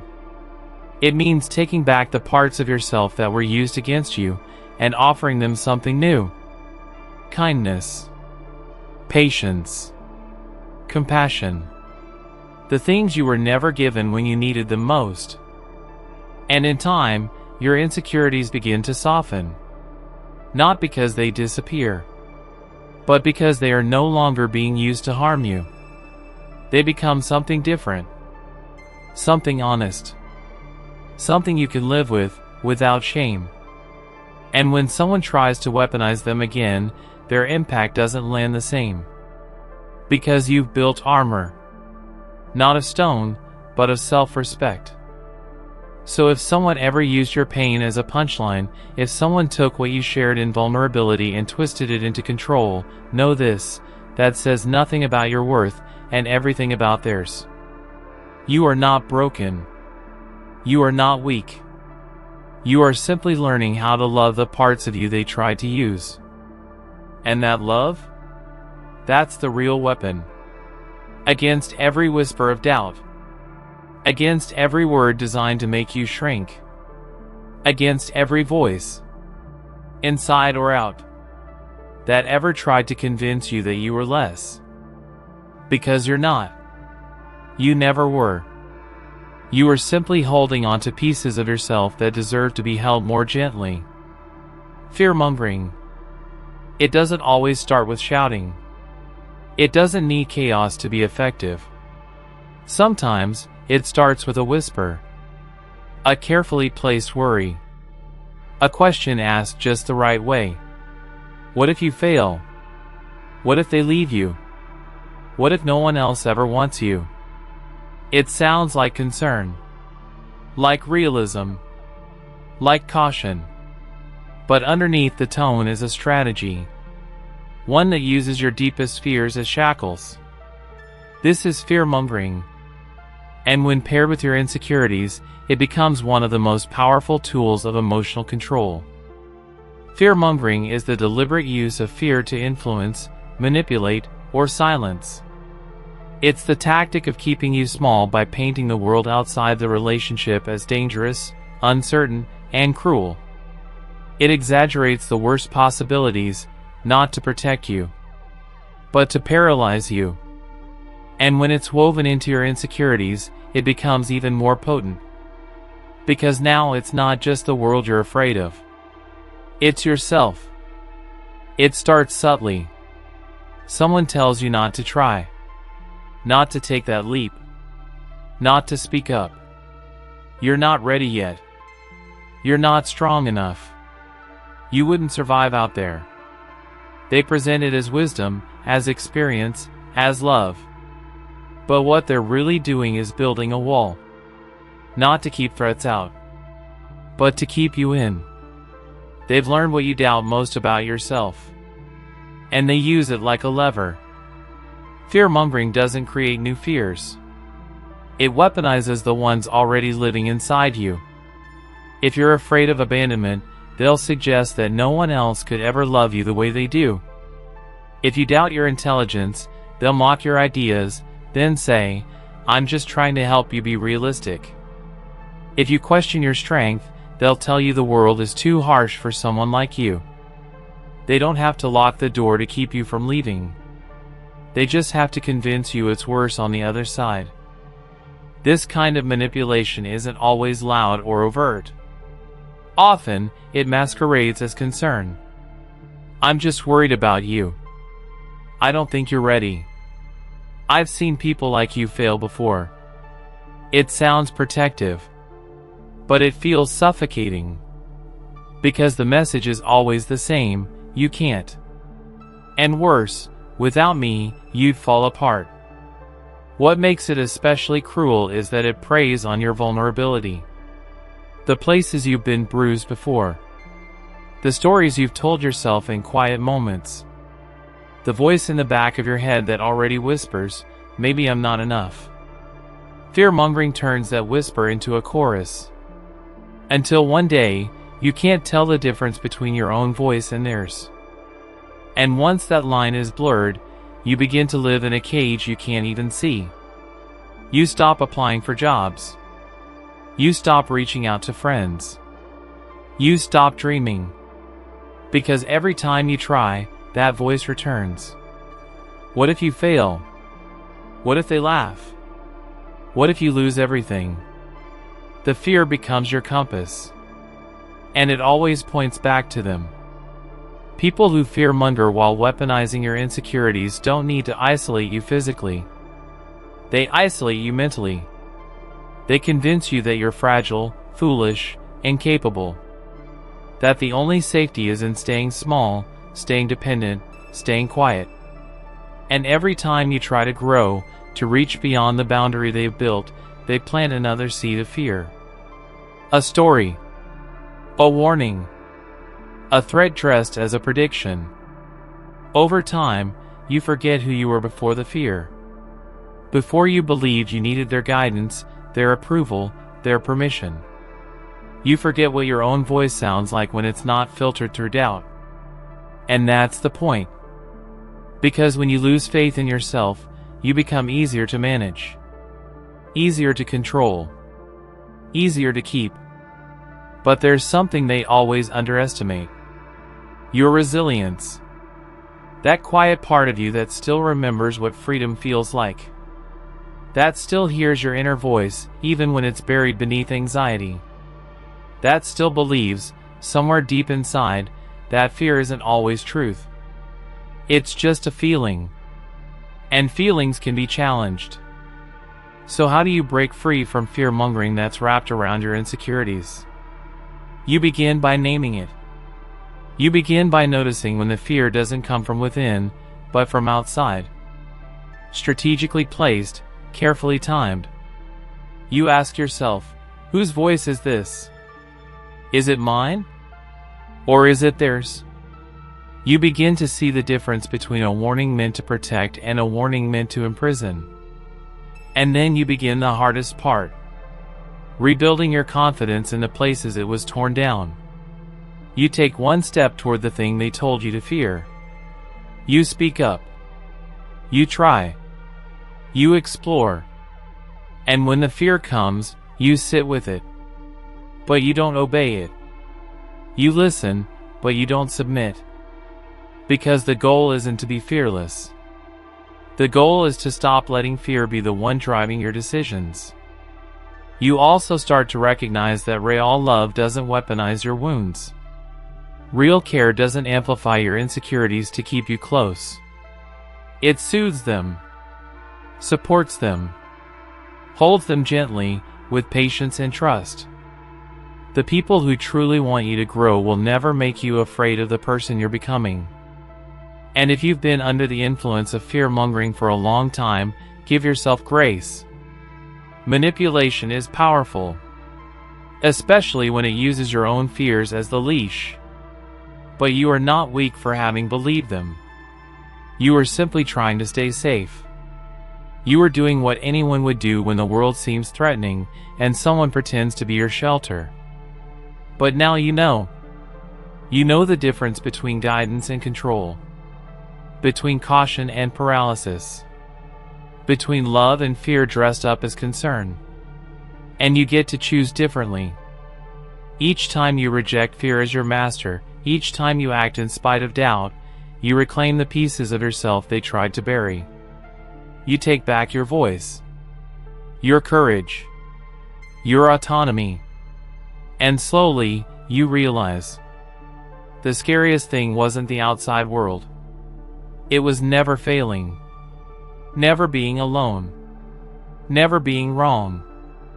The scariest thing was staying small for a life that wasn't yours. And now, you're done being small. Divide and conquer. It never starts with chaos. It begins with quiet shifts, small changes in tone. A suggestion here, a comment there. A subtle favoring of one person over another. At first, you don't notice it.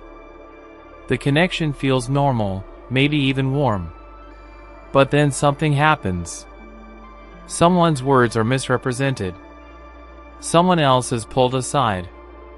You start feeling distance where there used to be closeness, tension where there used to be trust. And you don't know how it started, but the balance has shifted. This is the divide and conquer tactic. It's not about resolution. It's about fragmentation. The strategy is simple. If you can't control a group together, break them apart. Divide and conquer is a manipulation technique that thrives on separation. It works by sowing distrust, by creating invisible lines between people who once stood side by side. The manipulator plants seeds of doubt. They spread subtle misinformation. They speak differently to different people. They whisper truths with sharp edges and lies with soft words. And over time, they fracture the unity that threatened their control.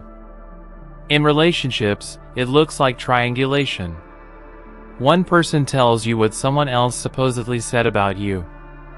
They imply betrayal, hint at disloyalty, or make you question someone's intentions.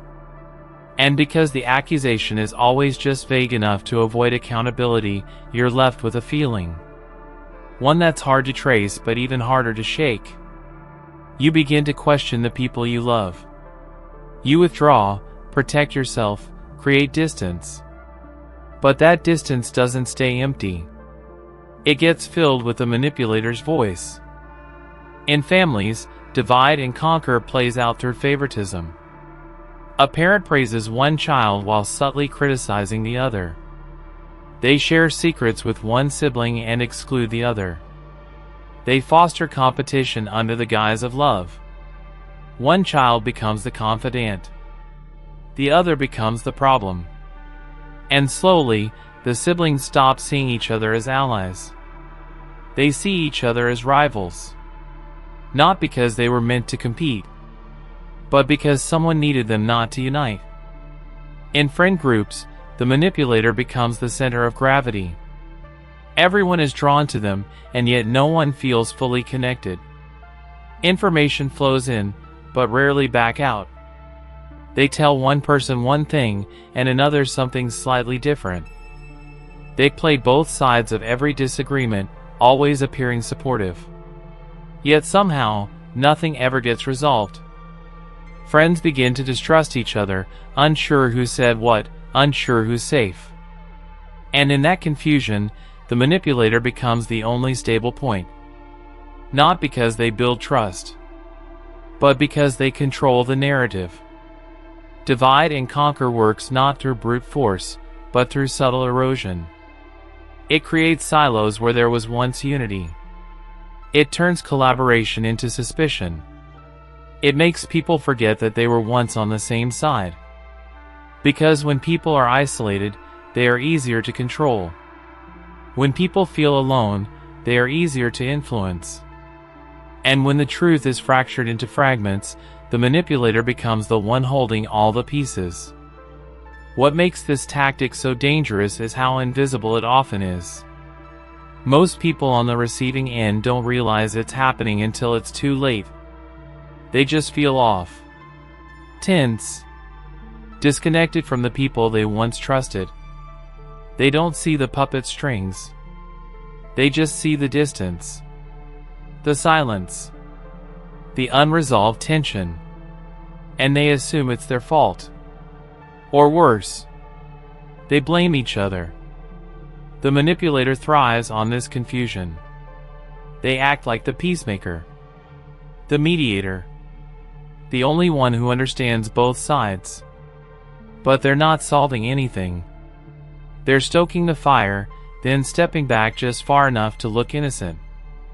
They control the damage they create. They get loyalty, attention, and power. Not by being honest, but by being strategic. So how do you begin to recognize the divide and conquer dynamic? You start by noticing patterns. Ask yourself, do you feel more disconnected from the people around you when this person is present? Do misunderstandings seem to multiply without explanation? Are you hearing more about what people supposedly said than from the people themselves?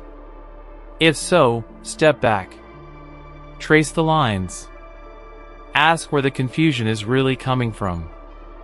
Then, rebuild the bridges. Because that's the true antidote to divide and conquer. Connection. Directness. Clarity. The manipulator thrives in secrecy. They rely on people not talking to each other. So, talk. Share your doubts, your questions, your suspicions. Not behind someone's back, but face to face. You'll often find that the distance wasn't real. It was engineered. And the moment you bring truth into the open, the control begins to crack. And if you've been caught in the middle, if you've found yourself repeating their words, echoing their doubts, helping them divide others, forgive yourself. These tactics are powerful, especially when they come from someone you trust. But you are not powerless. The moment you see the pattern, you can choose to step out of it. You can choose not to be a pawn. You can choose to be a bridge instead of a wall. True strength comes from unity, from people standing together, not against each other. The manipulator knows this.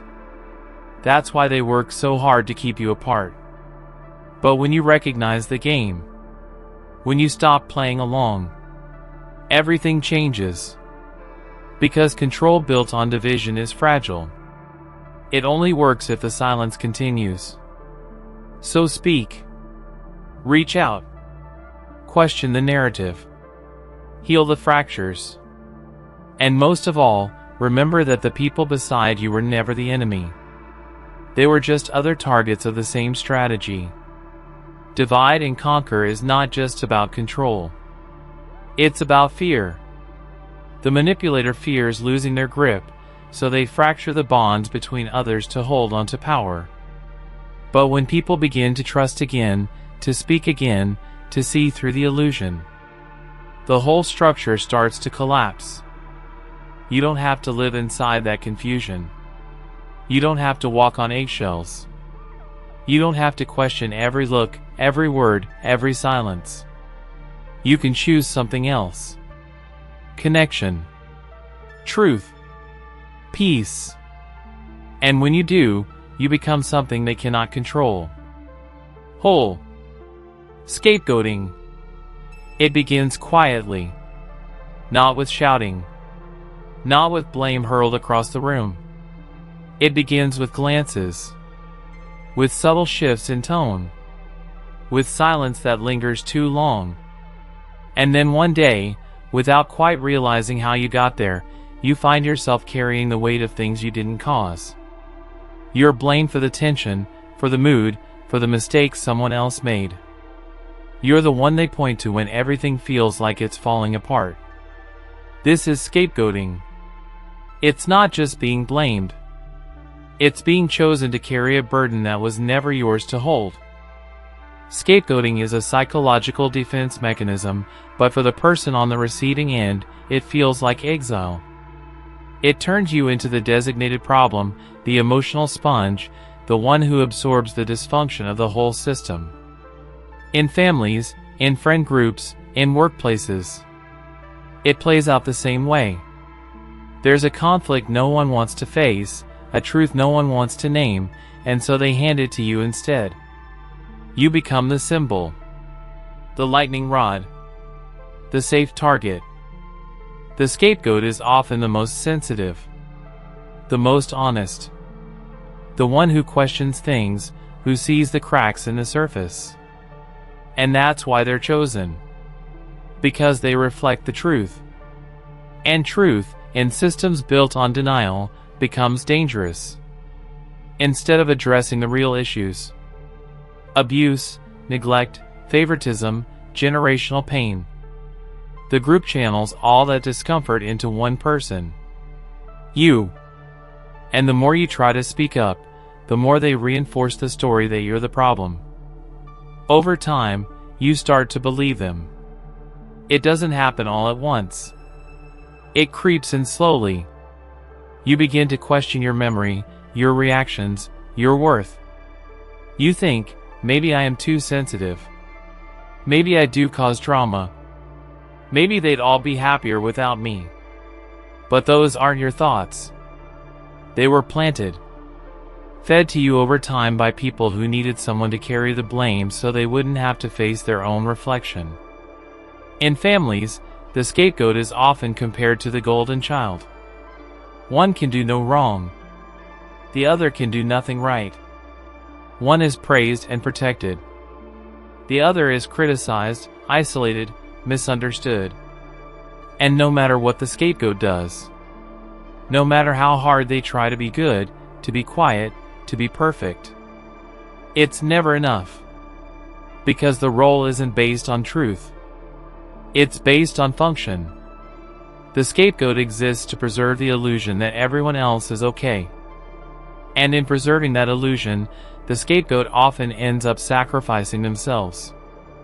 Their self-esteem, their peace, their sense of belonging. They carry wounds shaped not by their failures, but by the failure of others to take accountability.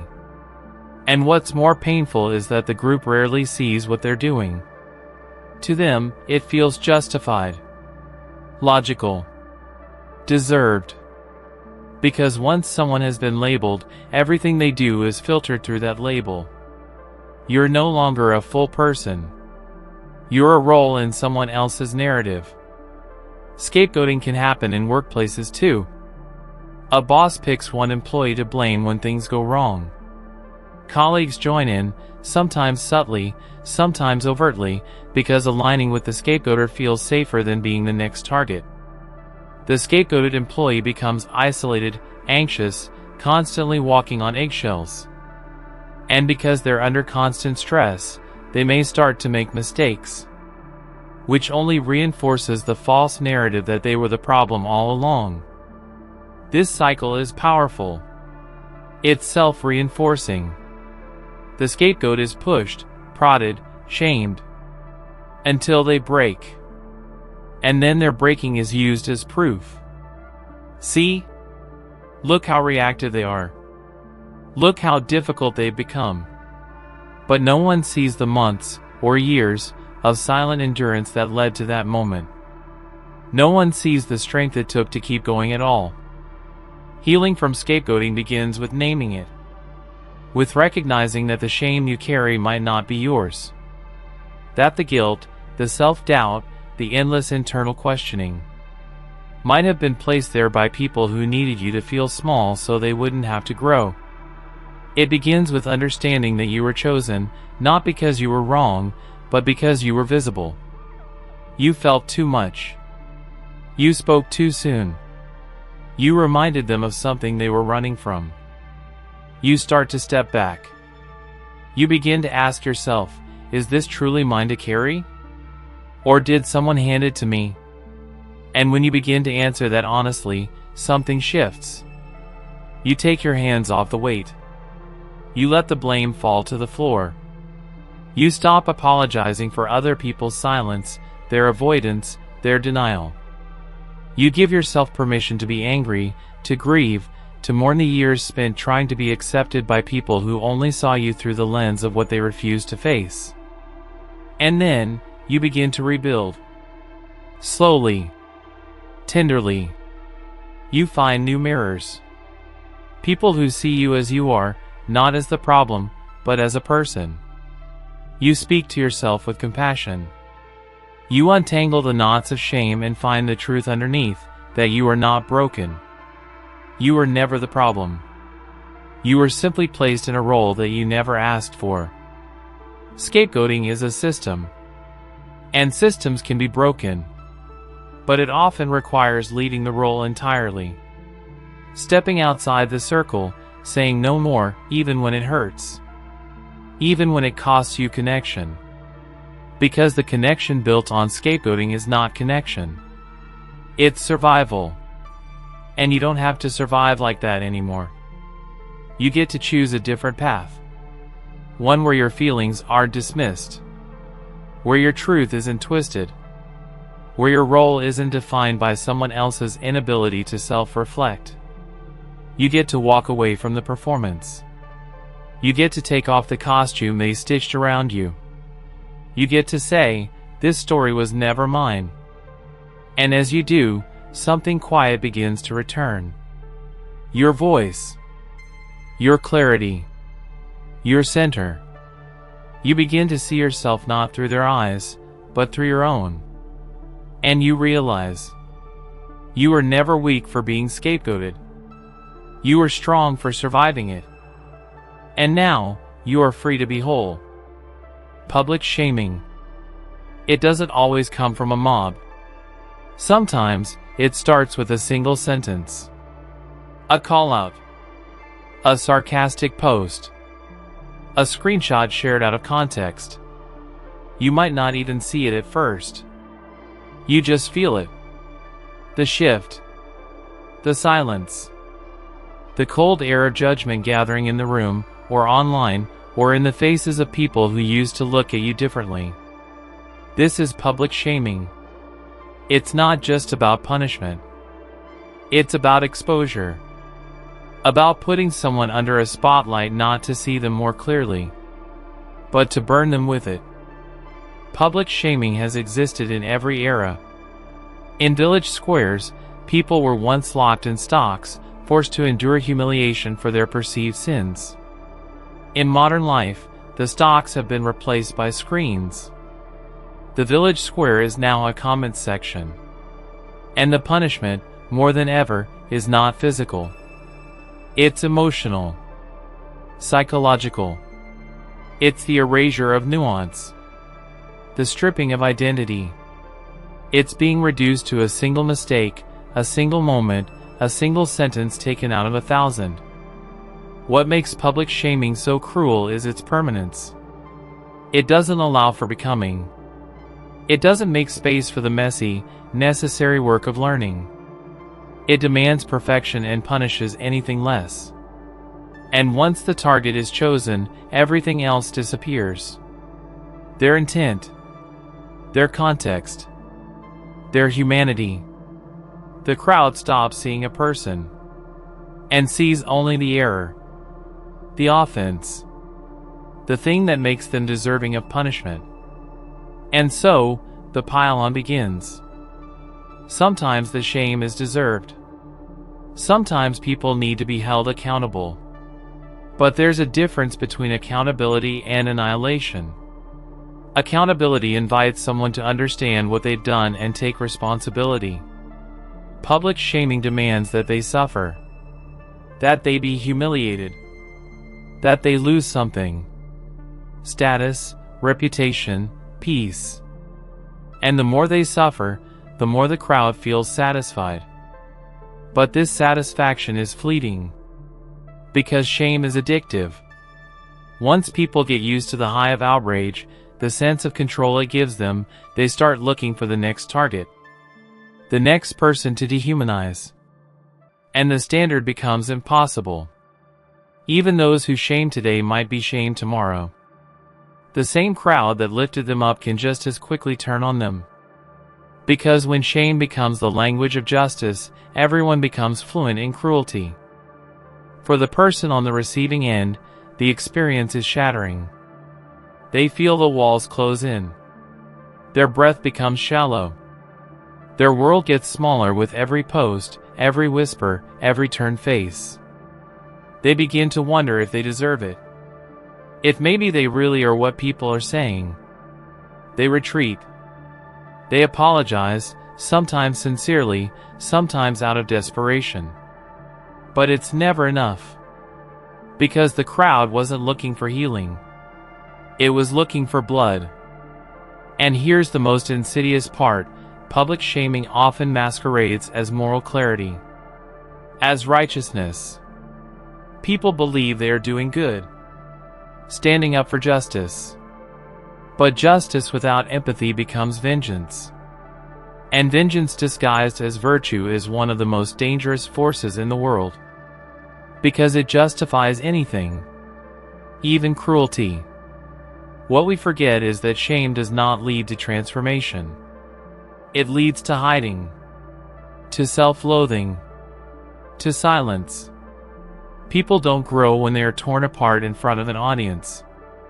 They grow when they are seen, when they are guided, when they are challenged with compassion, not crushed with disdain. True change comes from connection, not isolation. Public shaming doesn't just destroy individuals. It weakens communities. It creates fear, not accountability. It teaches people to stay silent, not to speak truth. To hide their struggles, not share them. Because the risk is too high. The price of imperfection is exile. So we perform. We edit ourselves. We avoid controversy. And slowly, authenticity disappears. The question is not whether we should hold each other accountable. We must. The question is how. What do we do with those who fall short? What do we do with the flawed, the mistaken, the human? Do we throw them out? Or do we try to bring them back into the fold with new understanding? Public shaming gives the illusion of justice, but leaves no room for redemption. It says, you are only the worst thing you've ever done. It says, you don't get to come back. But that's not justice. That's erasure. And no one, no matter how right they feel in the moment, has the wisdom to decide who gets to be erased. We all carry things we regret. Things we wish we'd said differently, done differently. And what most of us needed in those moments wasn't shame. It was someone who saw beyond the failure. Someone who reminded us that we were still more than our worst decision. Someone who believed in our capacity to learn, to grow, to be better. Imagine what could change if, instead of asking how to destroy, we asked how to repair. If we made space for conversation instead of condemnation. If we remembered that behind every headline, every viral clip, every comment thread, there is a person. A real person. With fears. With regrets. With a life that exists far beyond that single moment we're all judging. And if you've ever been publicly shamed, know this: you are not what they said about you. You are not the flattened version of yourself created by strangers. You are not that one mistake, no matter how loud it echoed. You are still allowed to grow. Still allowed to change. Still allowed to live. Your story doesn't end with a comment thread. It begins again with the moment you reclaim your voice. Because healing from public shaming is slow, but it's possible. It requires finding people who see your whole story, not just the part that was magnified.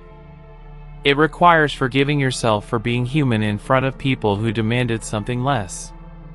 And most of all, it requires holding on to your truth, even when it's buried beneath someone else's narrative. Let them speak. Let them twist. Let them forget that you're real.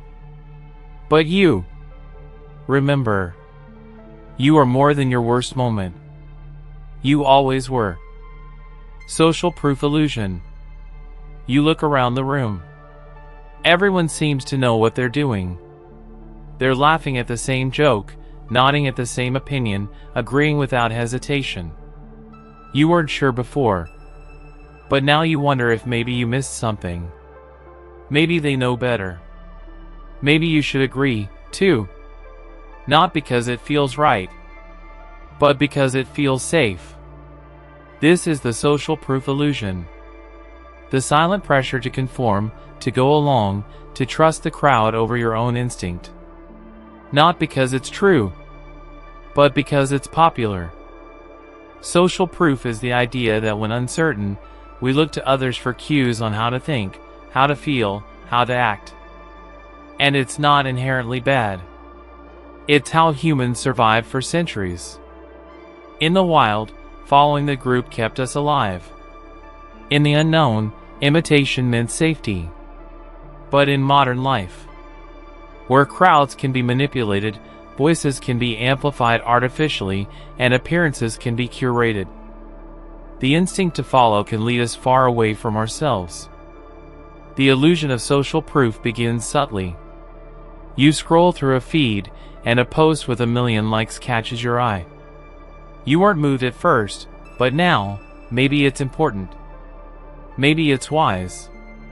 Maybe it's something you should repost too. You see a product with thousands of 5-star reviews and think, it must be good. You see someone being praised by everyone and think, they must be right. But what if the likes were bought? What if the applause was staged?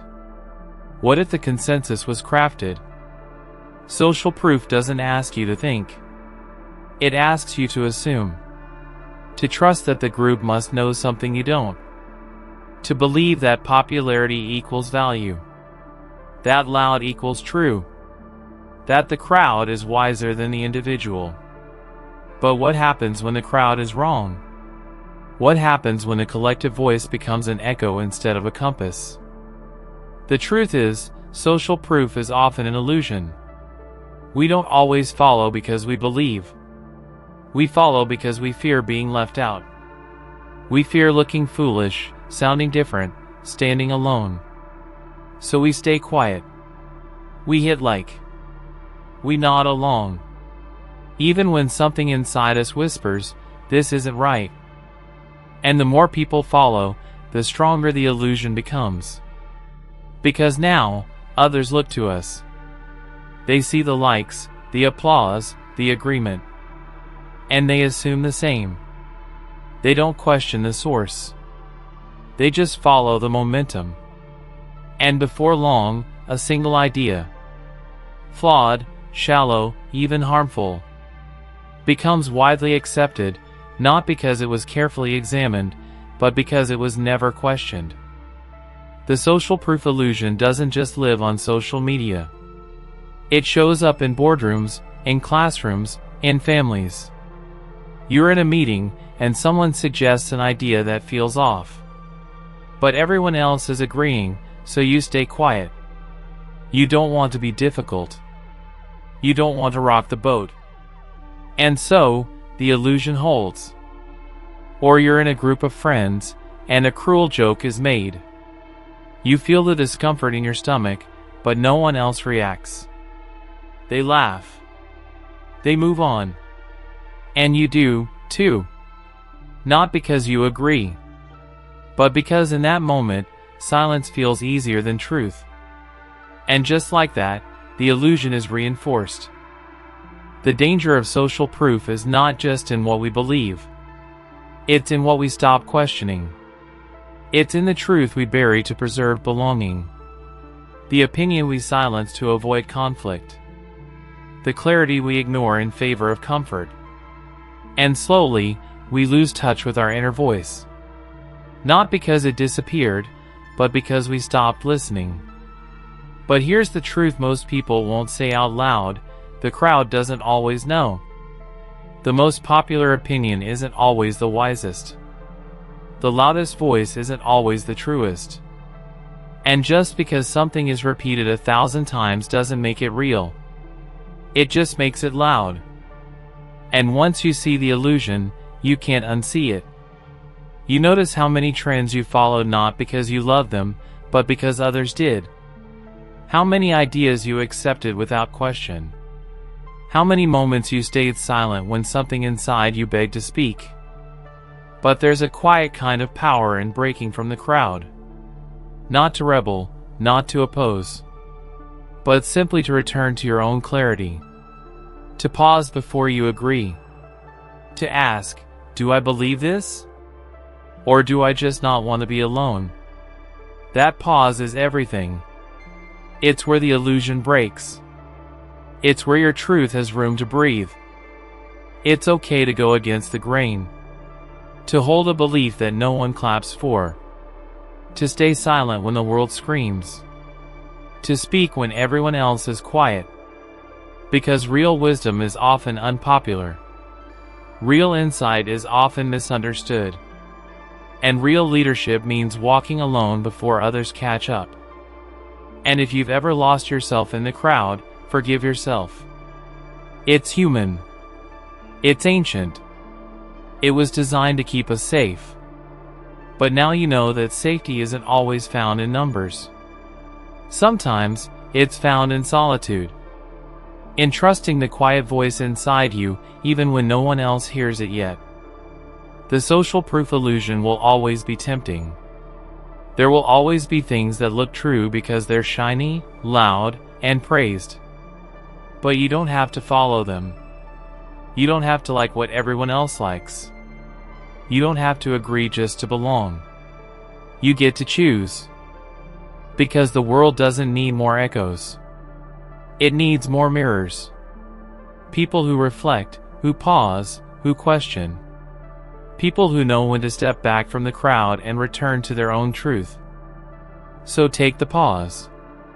Ask the questions. Follow what resonates, not what's trending. Groupthink. It feels safer when everyone agrees. There's comfort in unity.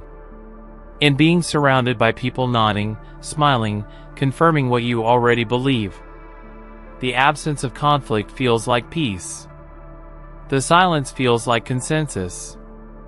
But underneath that surface harmony, something else is happening. Something quieter, but far more dangerous. This is groupthink.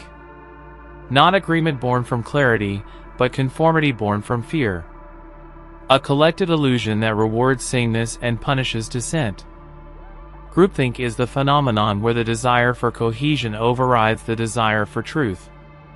Where people silence their doubts, suppress their instincts, and go along with decisions they don't fully support. Just to preserve the illusion of agreement. It's not always forced. It's not always obvious. It often begins with good intentions. A shared goal. A mutual respect. A common mission. But in that shared space, the pressure begins to build. To keep the peace. To avoid rocking the boat. To protect the group from discomfort. You don't want to be the one who disagrees. You don't want to be the one who slows things down. So you say nothing. You smile. You nod. Even when something inside you whispers, this doesn't feel right. And you're not alone. Others feel it too. But they're all waiting for someone else to speak first. And when no one does, the silence becomes self-fulfilling. The decision moves forward, not because everyone believes in it, but because no one was willing to say otherwise. Groupthink doesn't announce itself. It doesn't show up with sirens or red flags. It hides in politeness. In shared laughter. In eye contact that says, "Don't ruin this."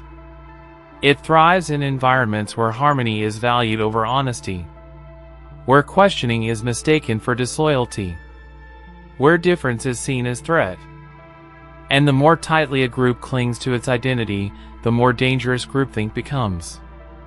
In families, groupthink often shows up as unspoken rules. Certain topics are off limits. Certain beliefs are sacred. The person who asks too many questions becomes the troublemaker. The one who points out dysfunction becomes the black sheep. Not because they're wrong, but because they disrupt the comfort of denial. So everyone keeps smiling, keeps pretending, and the cycle repeats. In workplaces, groupthink masquerades as efficiency. Meetings end quickly because no one wants to be the voice of dissent. Bad ideas move forward because they came from the top. People nod, not because they agree, but because they've learned that agreement is safer than resistance. And over time, innovation dies. Creativity fades. The company stops learning and starts collapsing under the weight of its own unchecked momentum. Groupthink creates a false sense of security. It tells you that unity equals strength. But strength without truth is hollow. It crumbles at the first real test. Because when no one has questioned the foundation, the structure may look solid, but it's already cracking from within. History is filled with disasters. Social, political, economic. That could have been avoided if even one voice had been allowed to speak up. And that's the most painful part. That often, the truth was in the room. Someone knew. Someone sensed. Someone saw. But they stayed quiet. Maybe out of fear. Maybe out of exhaustion. Maybe because the last time they spoke, they were ignored, dismissed, punished. So they chose silence.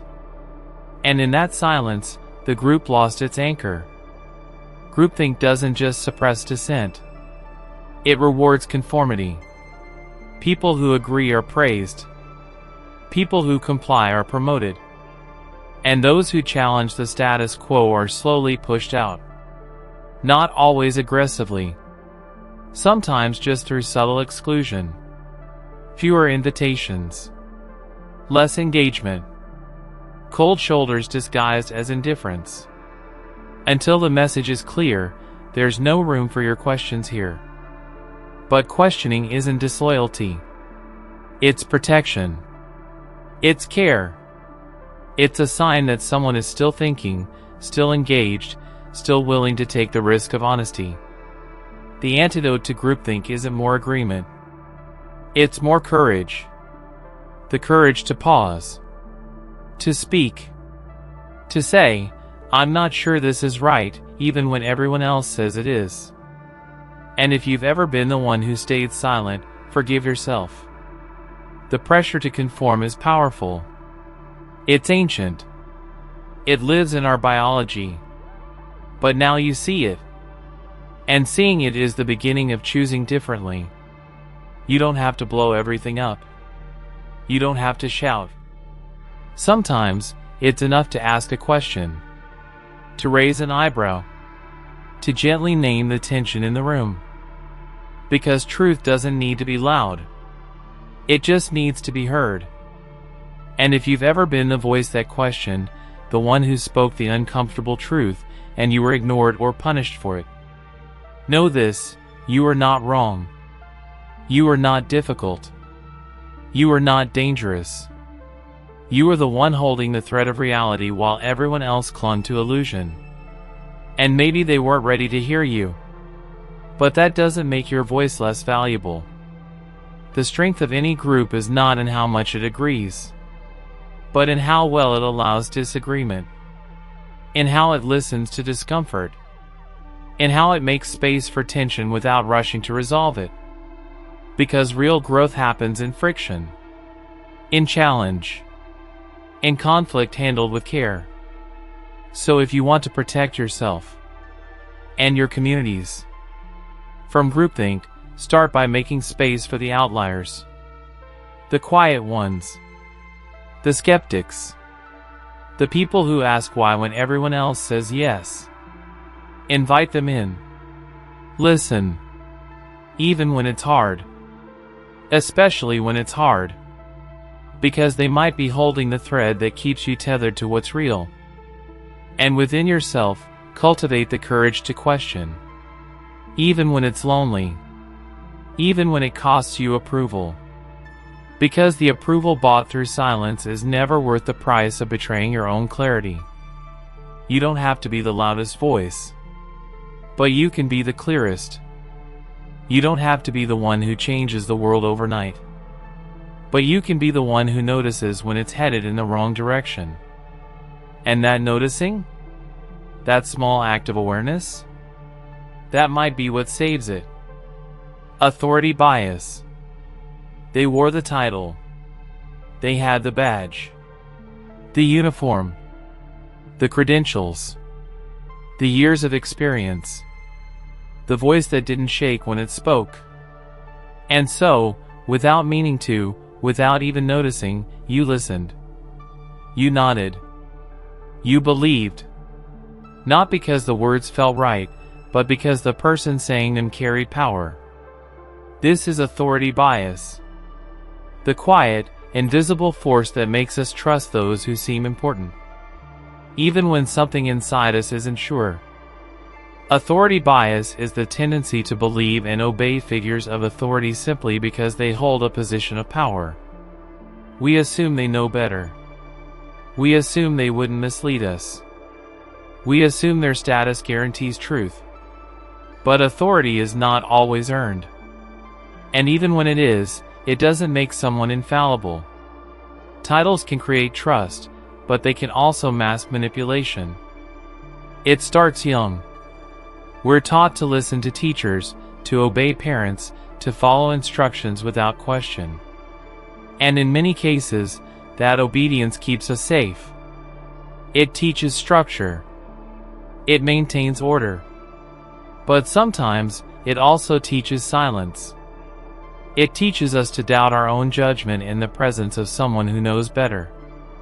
And that conditioning stays with us. Into classrooms. Into offices. Into relationships. Into our very way of thinking. We see someone with letters after their name, and we assume they must be right. We hear a confident voice on television, and we take their word as fact.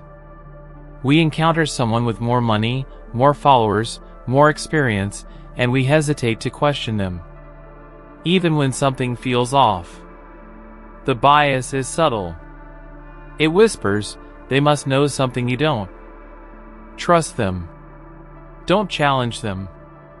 Don't embarrass yourself. And so, we comply. We defer. We agree. Sometimes, even against our own better judgment. Not because we're weak, but because we've been taught that standing up to authority is dangerous. That questioning someone in power is disrespectful. That if we don't fall in line, we'll be punished. Or worse, left behind. But the truth is, authority is not the same as wisdom. And power is not the same as morality. People in positions of influence can still be wrong. Can still be biased. Can still be driven by ego, by agenda, by fear. They can still abuse the trust that their title gives them. And if we never question them, we allow that abuse to continue. Unchecked, unchallenged, unnoticed. History is filled with stories of people who followed authority blindly. Not because they were evil, but because they trusted the wrong voices. Doctors who endorsed harmful treatments. Leaders who made catastrophic decisions. Experts who silenced dissent. And behind those mistakes was often a group of people who knew better, but didn't speak up. Because authority bias told them they couldn't possibly know more than the one in charge. But you don't need a title to see clearly. You don't need a badge to feel the truth. You don't need credentials to know when something is wrong. Your instincts are valid, even when they go against someone else's expertise. Especially then. Because authority should invite accountability, not silence it. If someone uses their status to shut down questions, that's not leadership. That's manipulation. If they make you feel small, unqualified, or unworthy for thinking differently, that's not guidance. That's control. Real authority doesn't need to dominate. It doesn't need to demand obedience. It welcomes scrutiny. It encourages dialogue. It listens. So how do you protect yourself from authority bias? You start by separating confidence from truth. Just because someone speaks with certainty doesn't mean they're right. Just because they've done something longer doesn't mean they do it better. You learn to pause when faced with power. You ask, is this true? Or do I just believe it because they said so? And if you've ever silenced yourself in the presence of authority, know this, you weren't wrong. You were taught to survive. You were taught to be polite, to comply, to stay in line. But now, you get to choose differently. You get to ask the question anyway. You get to raise your hand. You get to say, I see this differently, even when your voice shakes. Because the people who challenge authority aren't troublemakers. They're truth seekers. They're the ones who keep systems honest, who prevent harm, who remind us that power without accountability becomes dangerous, that leadership without humility becomes blind. And if you are in a position of authority, remember, your responsibility is not just to be heard, but to be questioned, to remain open, to create space for disagreement.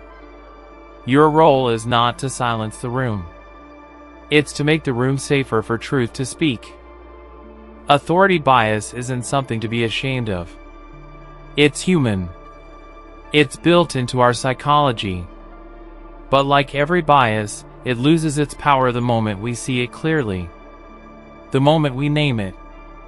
The moment we decide that truth matters more than titles. You don't have to be loud to speak the truth. You don't have to outrank someone to ask a question. You don't have to have permission to trust your intuition. Because real wisdom isn't measured in status. It's measured in clarity. And clarity often whispers before it ever shouts. Halo effect. It begins the moment you're impressed. The way they speak. The way they look. The way they carry themselves with a quiet kind of confidence. Something about them feels polished, refined, trustworthy. And without even realizing it, your mind begins to fill in the blanks. If they're this charming, they must be kind. If they look this good, they must be intelligent.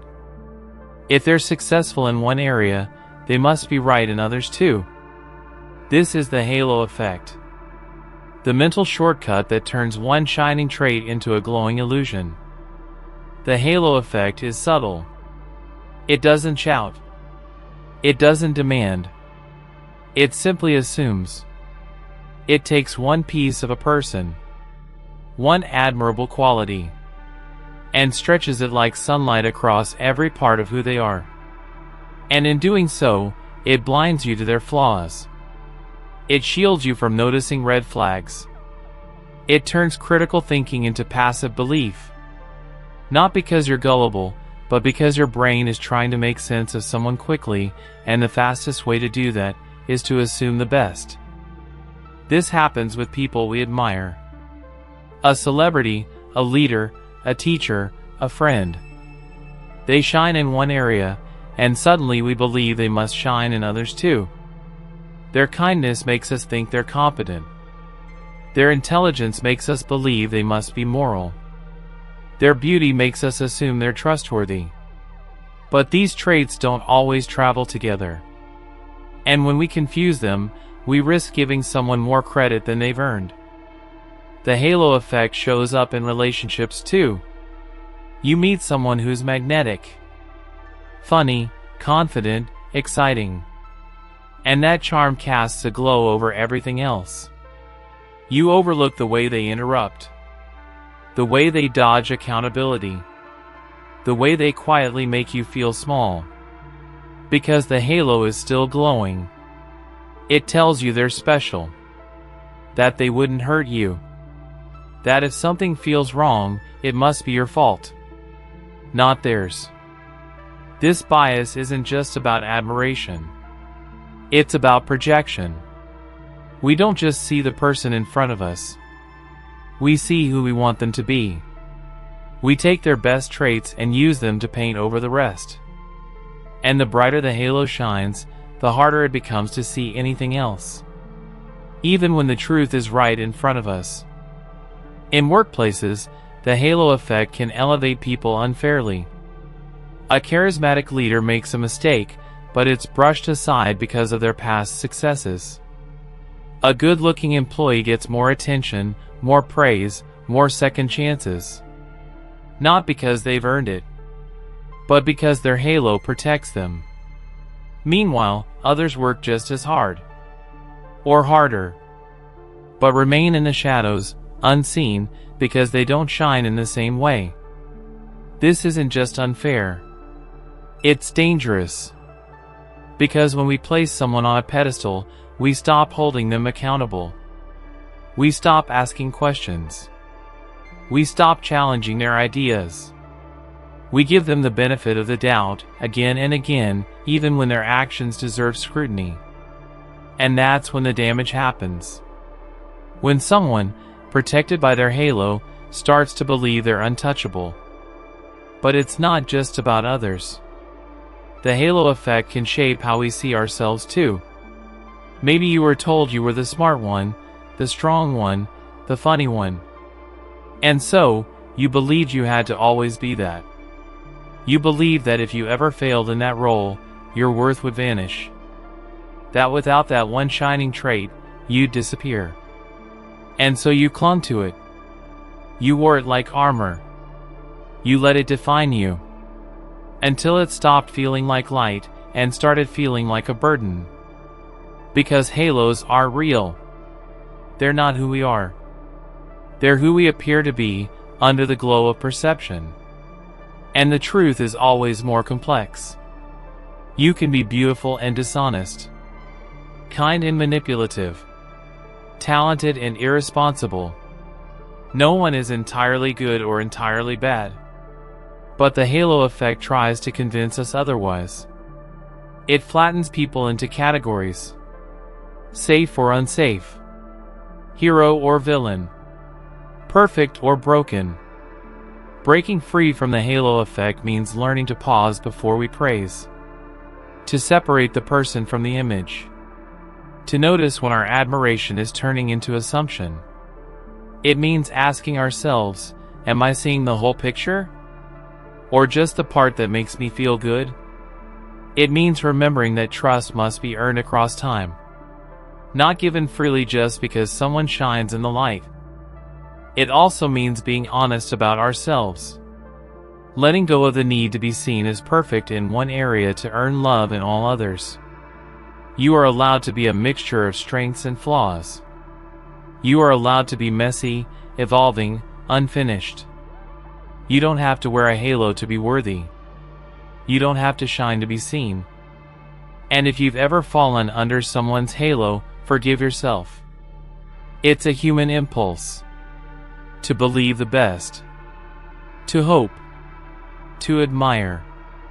You didn't fail by trusting too quickly. You simply forgot to look closer. And now you know. Now you can return to discernment. To balance. To clarity. Admiration isn't dangerous.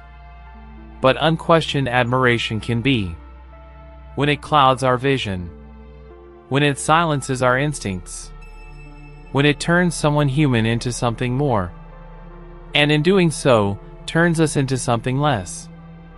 Less curious. Less courageous. Less capable of seeing the truth. So take off the lens. Let the light fade. Look again. See the whole person. Not the projected one. Let yourself admire without idolizing.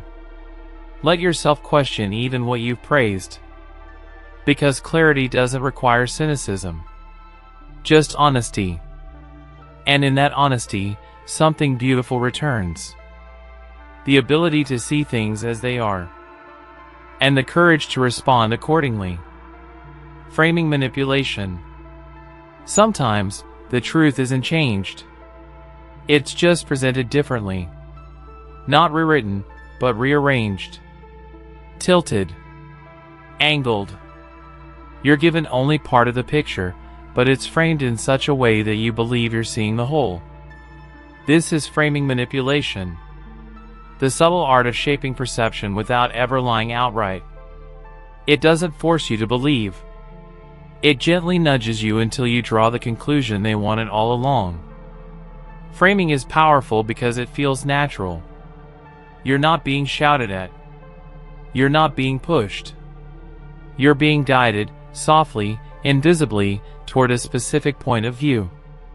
The words they use, the tone they adopt, the way they present the situation. It all feels reasonable. But when you step back, you realize something was missing. Not the facts themselves, but the context, the clarity, the other side of the story that never made it into the frame. This is how manipulation often works. It doesn't always scream. Sometimes, it smiles. It selects the details you'll hear. It emphasizes one version of events while minimizing the rest. It highlights what supports the narrative and quietly removes what doesn't. And when done well, it doesn't just convince you. It makes you feel like you reached the conclusion yourself. That's the real trick. You don't feel manipulated. You feel informed. But what you've really been given is a mirror, carefully tilted, showing you only what they want you to see. Framing happens in relationships. A partner tells you about a conflict they had, but only tells you the part where they were calm, reasonable, and kind. They leave out the part where they provoked, belittled, or twisted the conversation. And so, you comfort them. You agree. You offer support. Because in your version of the story, they're the victim. But the story itself was a product of framing. A curated version of reality. It happens in families too. One parent tells you what the other did, how unfair they've been, how they always play the martyr. But the story leaves out context.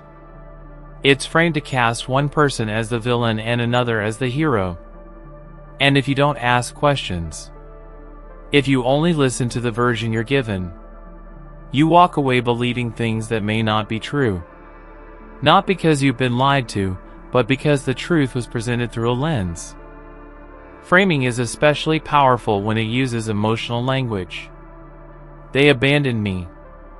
They attacked me. They never supported me. These words carry weight. They imply harm. But they don't tell you what really happened. They don't tell you the timing, the tone, the full picture.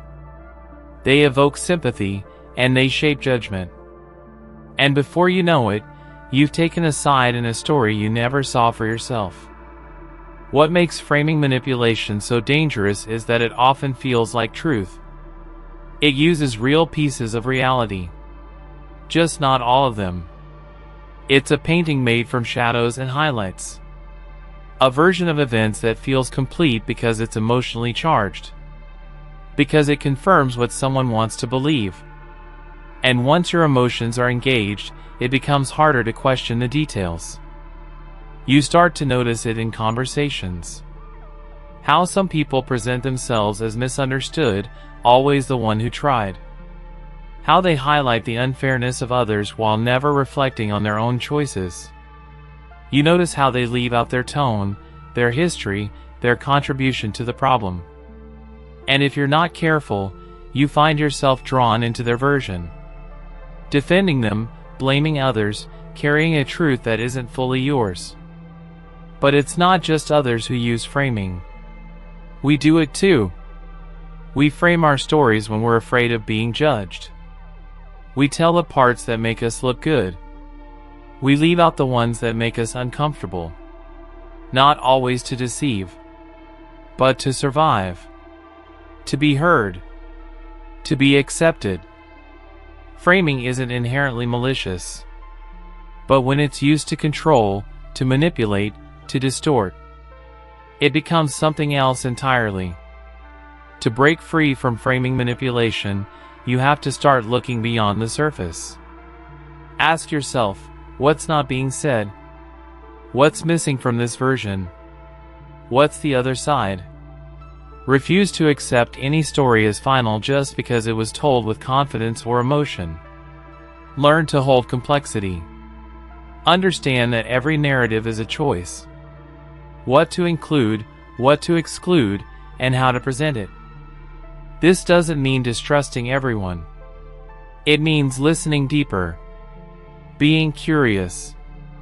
Being aware that the first version of a story is rarely the whole truth. It means making room for uncertainty, for multiple perspectives, for discomfort. Because truth rarely fits neatly into one frame.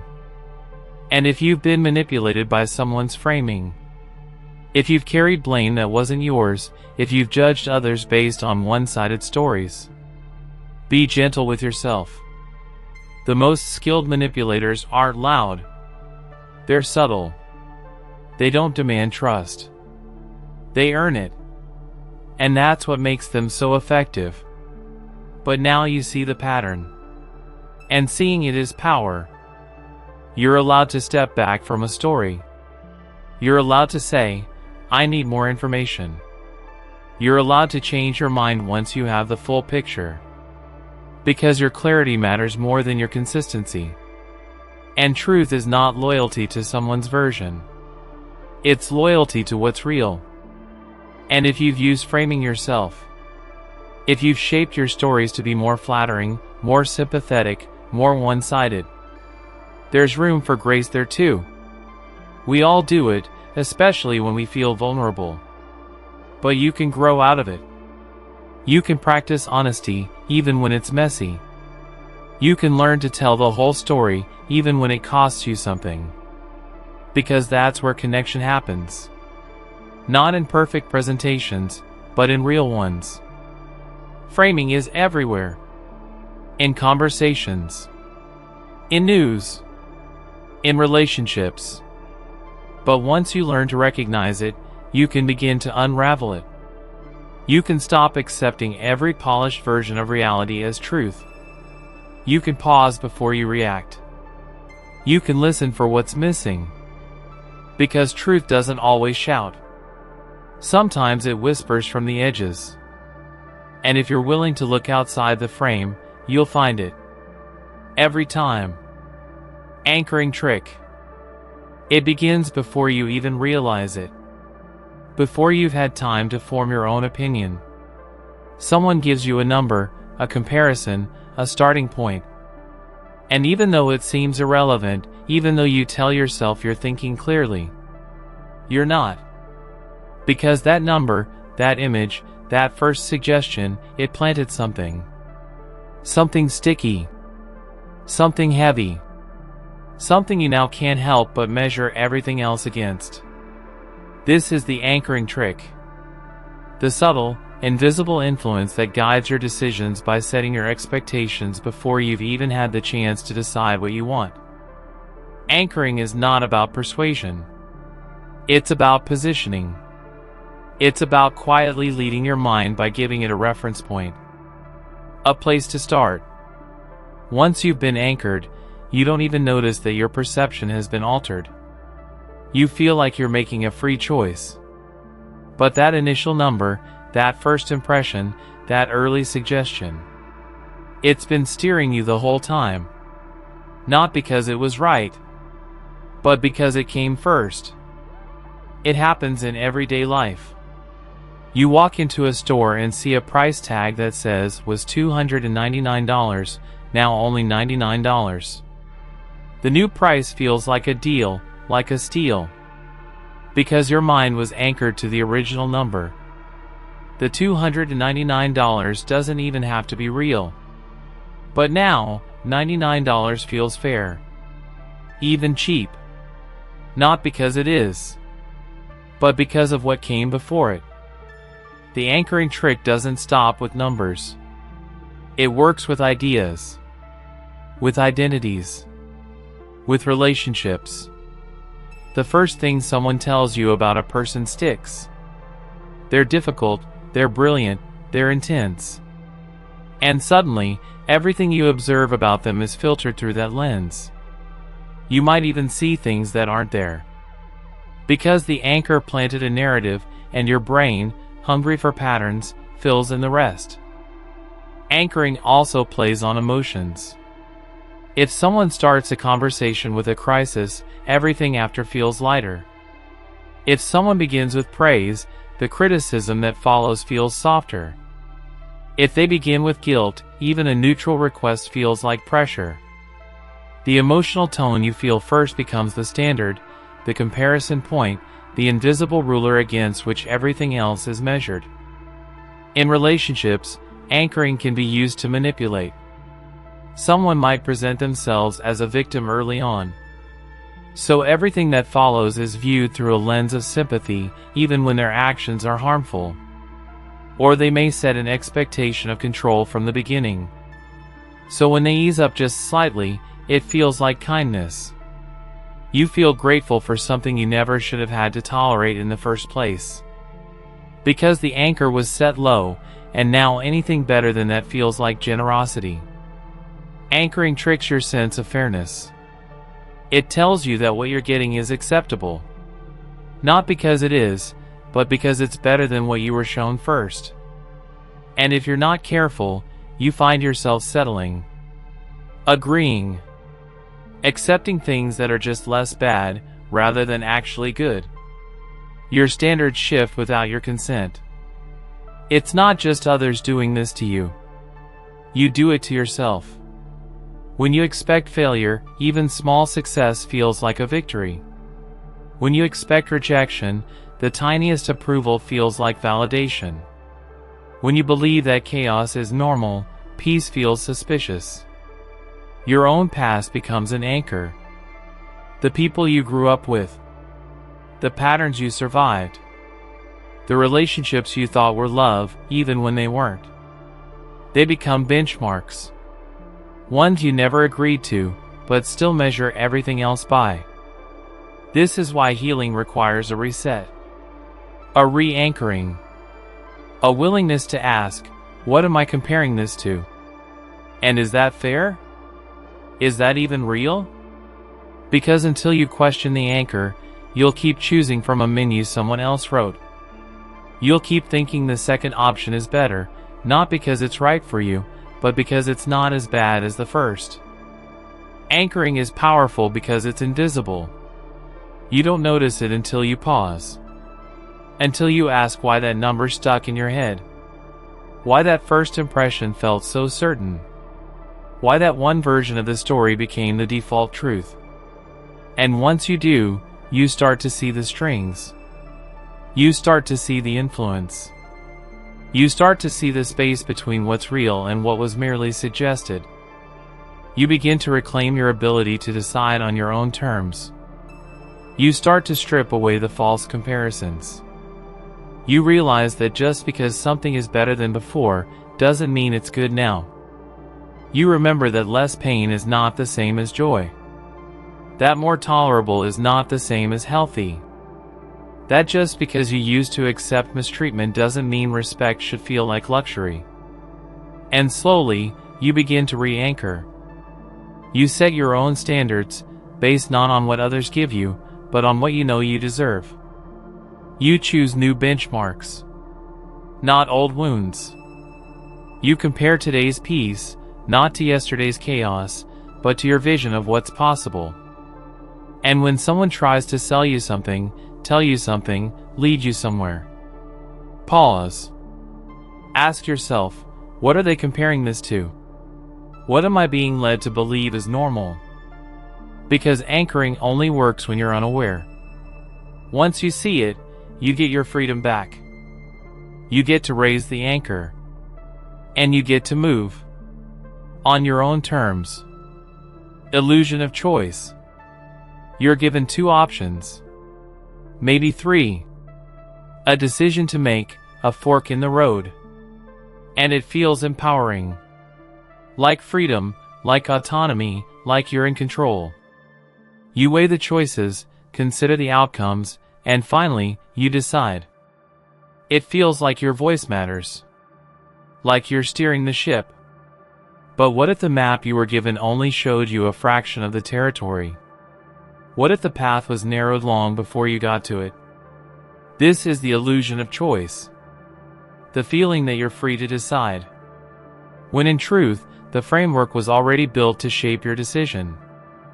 The illusion of choice is a powerful trick. It doesn't need to restrict you directly.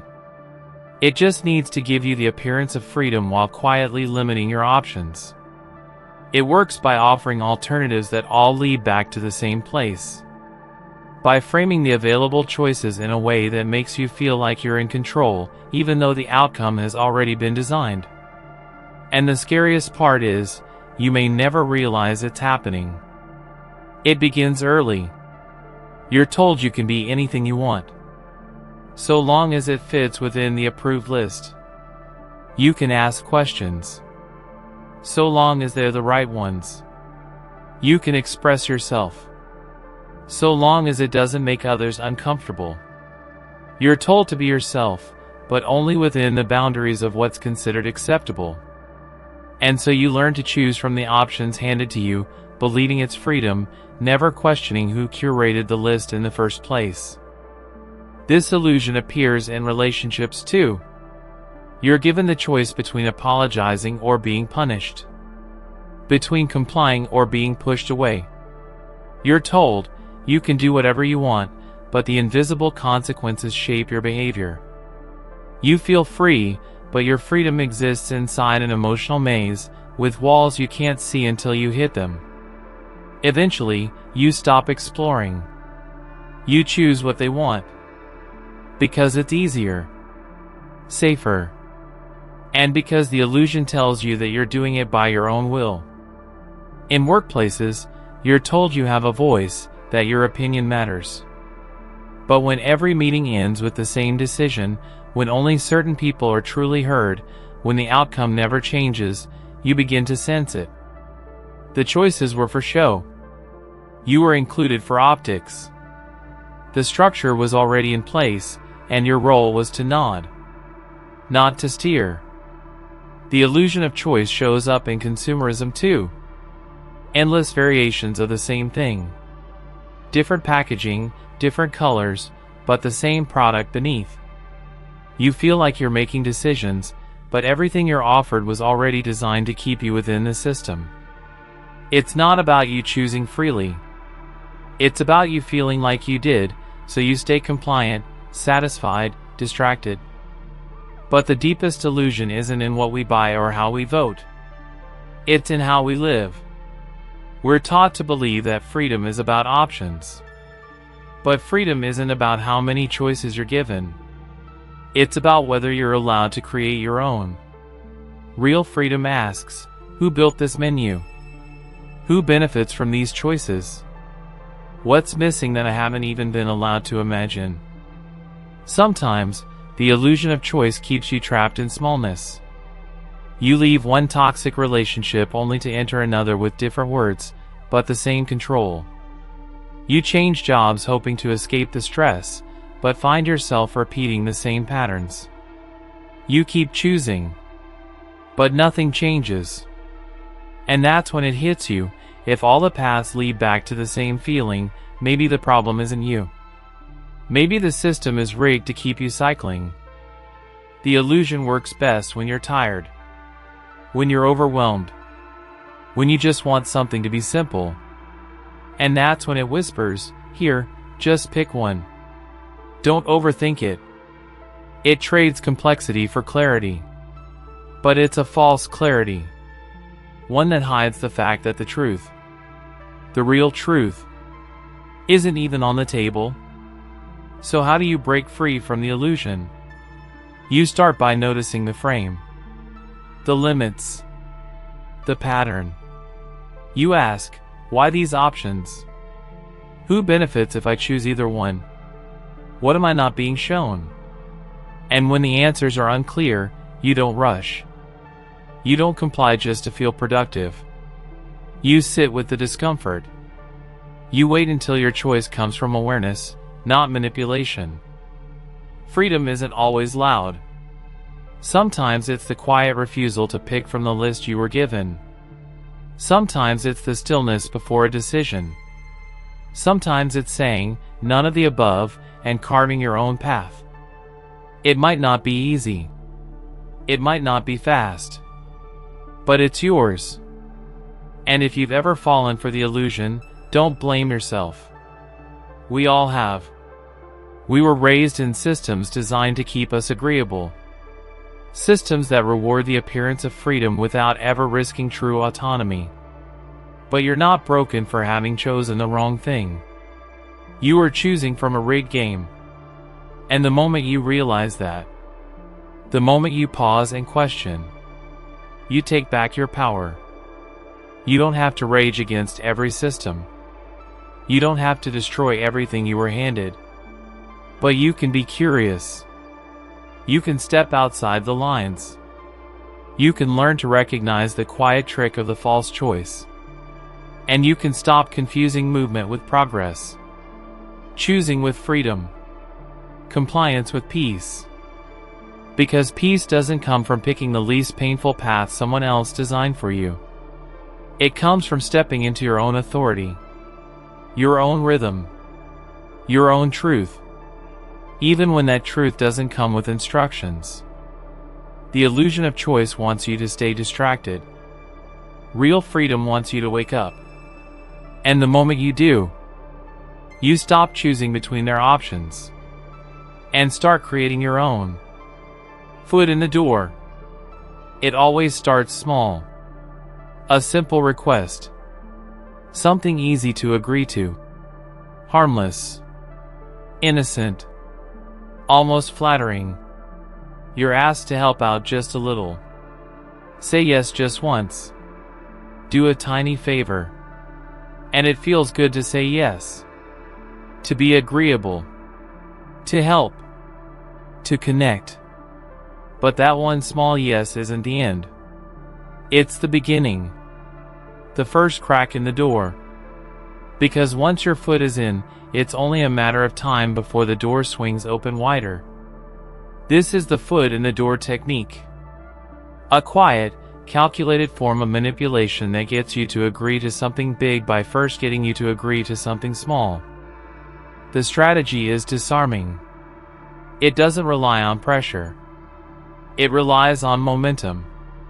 Once you say yes once, it becomes harder to say no. Not because you're forced, but because you've already committed. You feel a pull to stay consistent, to follow through, to justify your earlier agreement.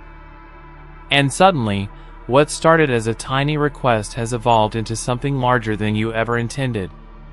You wonder how you got here. But when you retrace your steps, it's always the same story. It started with something small. Psychologically, this works because we want to be consistent with our self-image. If you see yourself as helpful, generous, open-minded, you want your actions to reflect that. So when you say yes to a little thing, and then they come back with something more, you think, well, I already said yes before. I don't want to seem selfish now. That's how the manipulation works. It plays on your integrity. It uses your values against you. In relationships, this tactic often hides under the surface of kindness. A partner might ask for your support in a minor way. Just a little flexibility. A small sacrifice. And you say yes, because you care. But then it grows. The asks become more frequent, more intense, more demanding. And because you've already said yes to so much, it becomes harder to push back. You don't want to seem unreasonable. So you keep giving. Not because you want to, but because you feel like you already agreed to the path you're now on. In families, it might start with emotional obligation. Can you just call more often? Can you just come by this weekend? Can you just take care of this one thing for me? Each request feels minor. And maybe it is. But when each just one thing piles on top of the last, you begin to feel trapped. Your life slowly becomes shaped around the needs of others. And you don't even realize it's happened. Because it never felt like a demand. It always felt like a favor. In workplaces, it's framed as opportunity. Can you take this small project? Just this once? It won't take long. And so you agree. But soon, your inbox is full, your nights are late, and you're carrying the weight of a role you never officially signed up for. You want to say no. But you said yes before. And now, saying no feels like betrayal. Or weakness. Or worse, guilt. The foot in the door tactic works best on kind people. People who want to be good. Who value harmony. Who take pride in being dependable. Because these people, the ones who care deeply, are often the easiest to manipulate gently. They don't need force. They only need to be nudged. One favor at a time. And when they finally realize how far they've gone, how much they've given, how tired they've become, they blame themselves. Why didn't I say no earlier? How did I let it get this far? But the truth is, it didn't happen all at once. It happened through 100 quiet steps. A slow erosion of space. A gradual expansion of what you thought you were agreeing to. Breaking free from the foot in the door pattern means recognizing it while it's still small. It means being willing to pause before you say yes. Even when the ask feels harmless. You ask yourself, what path am I stepping onto? If I say yes now, will it open the door to something I don't truly want? It means learning to be okay with disappointing others. With setting boundaries early. With saying no before the situation snowballs into something you can't carry. You remind yourself that saying no to one request doesn't make you selfish. It makes you self-aware. That your time, your energy, your peace are not things to be given away incrementally until you wake up one day and realize you've given them all. And if you've already walked far down that road, if you've already said yes too many times, it's not too late to stop. You don't owe continued obedience to a path you didn't consciously choose. You're allowed to change your mind. You're allowed to step back. You're allowed to say, I know I said yes before, but I can't continue like this. That's not betrayal. That's growth. The people who respect you will understand. The ones who don't were never really asking. They were expecting. They were counting on your kindness to keep you compliant. And when you step back, when you say no, when you name what's been happening, they may call you difficult. They may call you selfish. Let them. Let them react. Let them reveal what their requests were really about. Because your worth is not tied to how often you say yes. Your goodness is not measured by your willingness to carry what isn't yours. And your strength does not lie in compliance. It lies in discernment. So the next time someone makes a small request, pause. Feel into it. Ask yourself not just what's being asked, but what might be coming next. Protect your doorway. Guard your peace. And trust that you don't have to earn love through self-erasure. You are not a stepping stone. You are a threshold. And not everyone gets to walk through. Door in the face. It begins with a bold request. Too bold. Too large. Something unreasonable. Something they know you'll refuse. It's not a real offer. It's bait. An anchor. A setup. You shake your head, maybe even laugh, and say, "No way, that's too much." And just as you're stepping back, they offer something smaller. Something more reasonable. Something that feels modest by comparison. And because you already said no once, because this second ask seems lighter, fairer, easier, you say yes. That's the trick. The door in the face. A technique that plays with contrast, with guilt, with the illusion of compromise. A manipulation dressed as a negotiation. At first glance, it feels like a conversation. A give and take. You think, they came down a lot, so maybe I can meet them halfway. It feels mutual. It feels fair. But it isn't. The compromise was always the goal. The first ask was never serious. It was designed to be declined. And your no was expected, even welcomed. Because they know what happens in your brain the moment you say no to someone. It creates tension. Discomfort. The human instinct to make things right kicks in. And suddenly, the second request becomes your chance to redeem yourself. It's a tactic used everywhere. In marketing, a company might start with a premium product, something flashy and expensive, and once you reject it, they offer a simpler version. And you bite. Because it feels like you're getting a deal. But really, you were guided there. Nudged not by need, but by contrast. They made the second option feel smaller by inflating the first. In relationships, it's more subtle, but just as powerful.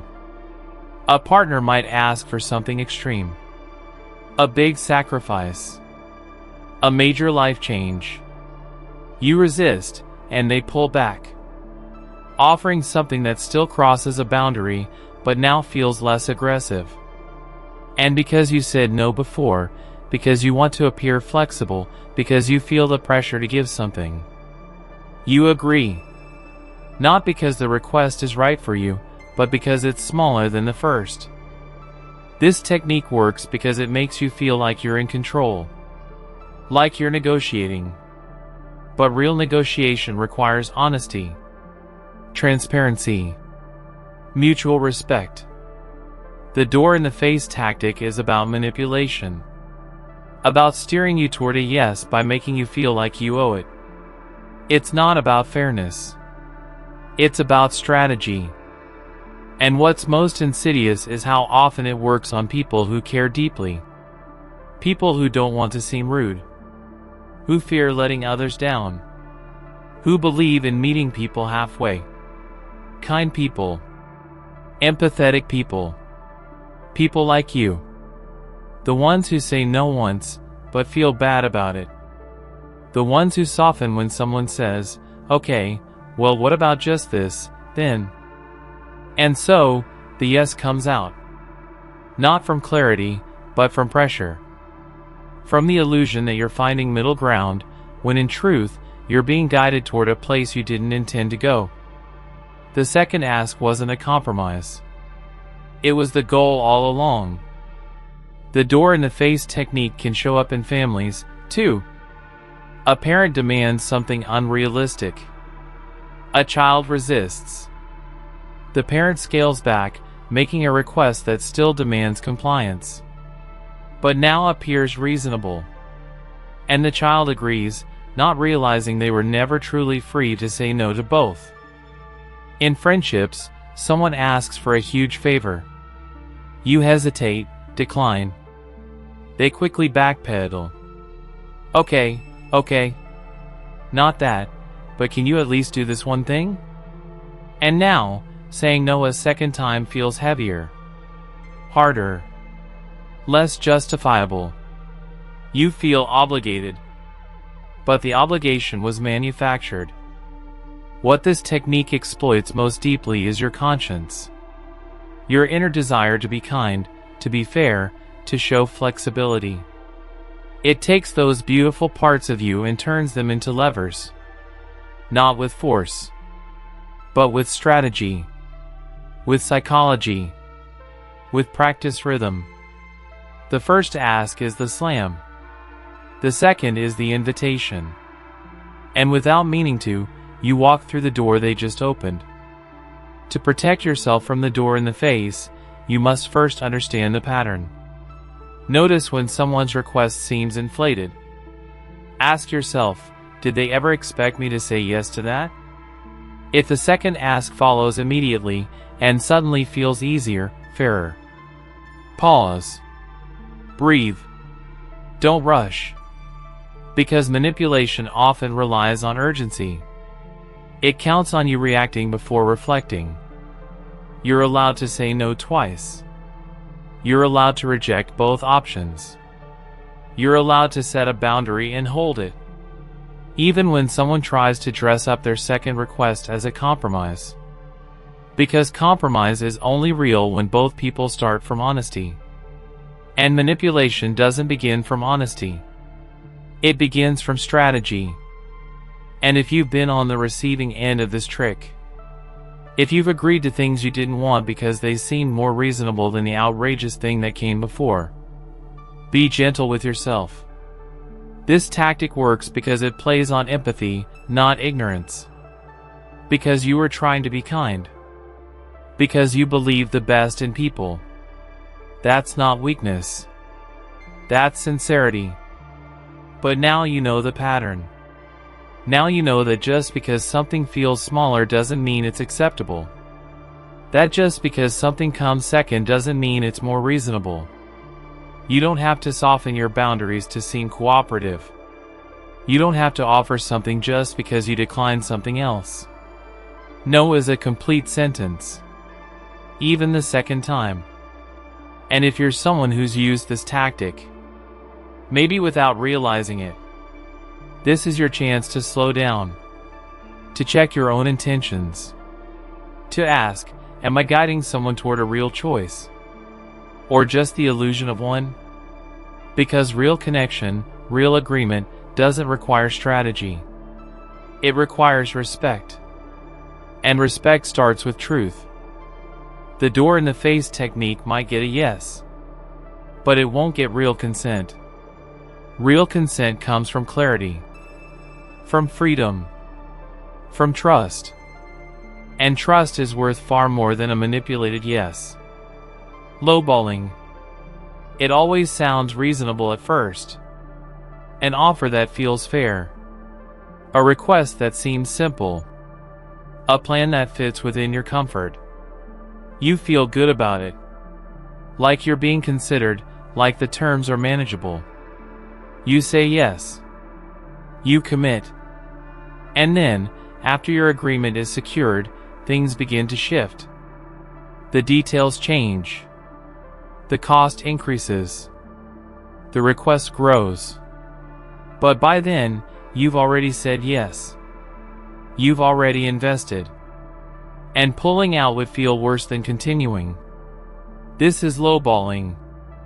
A manipulation tactic disguised as negotiation, where the real cost is hidden until it's too late to say no without consequence. Lowballing doesn't rely on pressure. It relies on momentum. It lets you build a sense of comfort, of certainty, of safety. It waits until you're emotionally committed. And then, only then, does the truth unfold. The price tag is higher.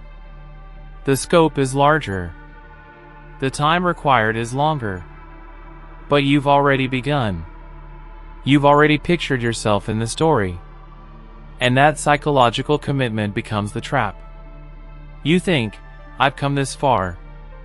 I might as well keep going. This tactic is common in sales. A deal is advertised at a low price. Just enough to spark your interest. You show up, you ask questions, you get attached. And then, they explain the extras. The fees. The small print.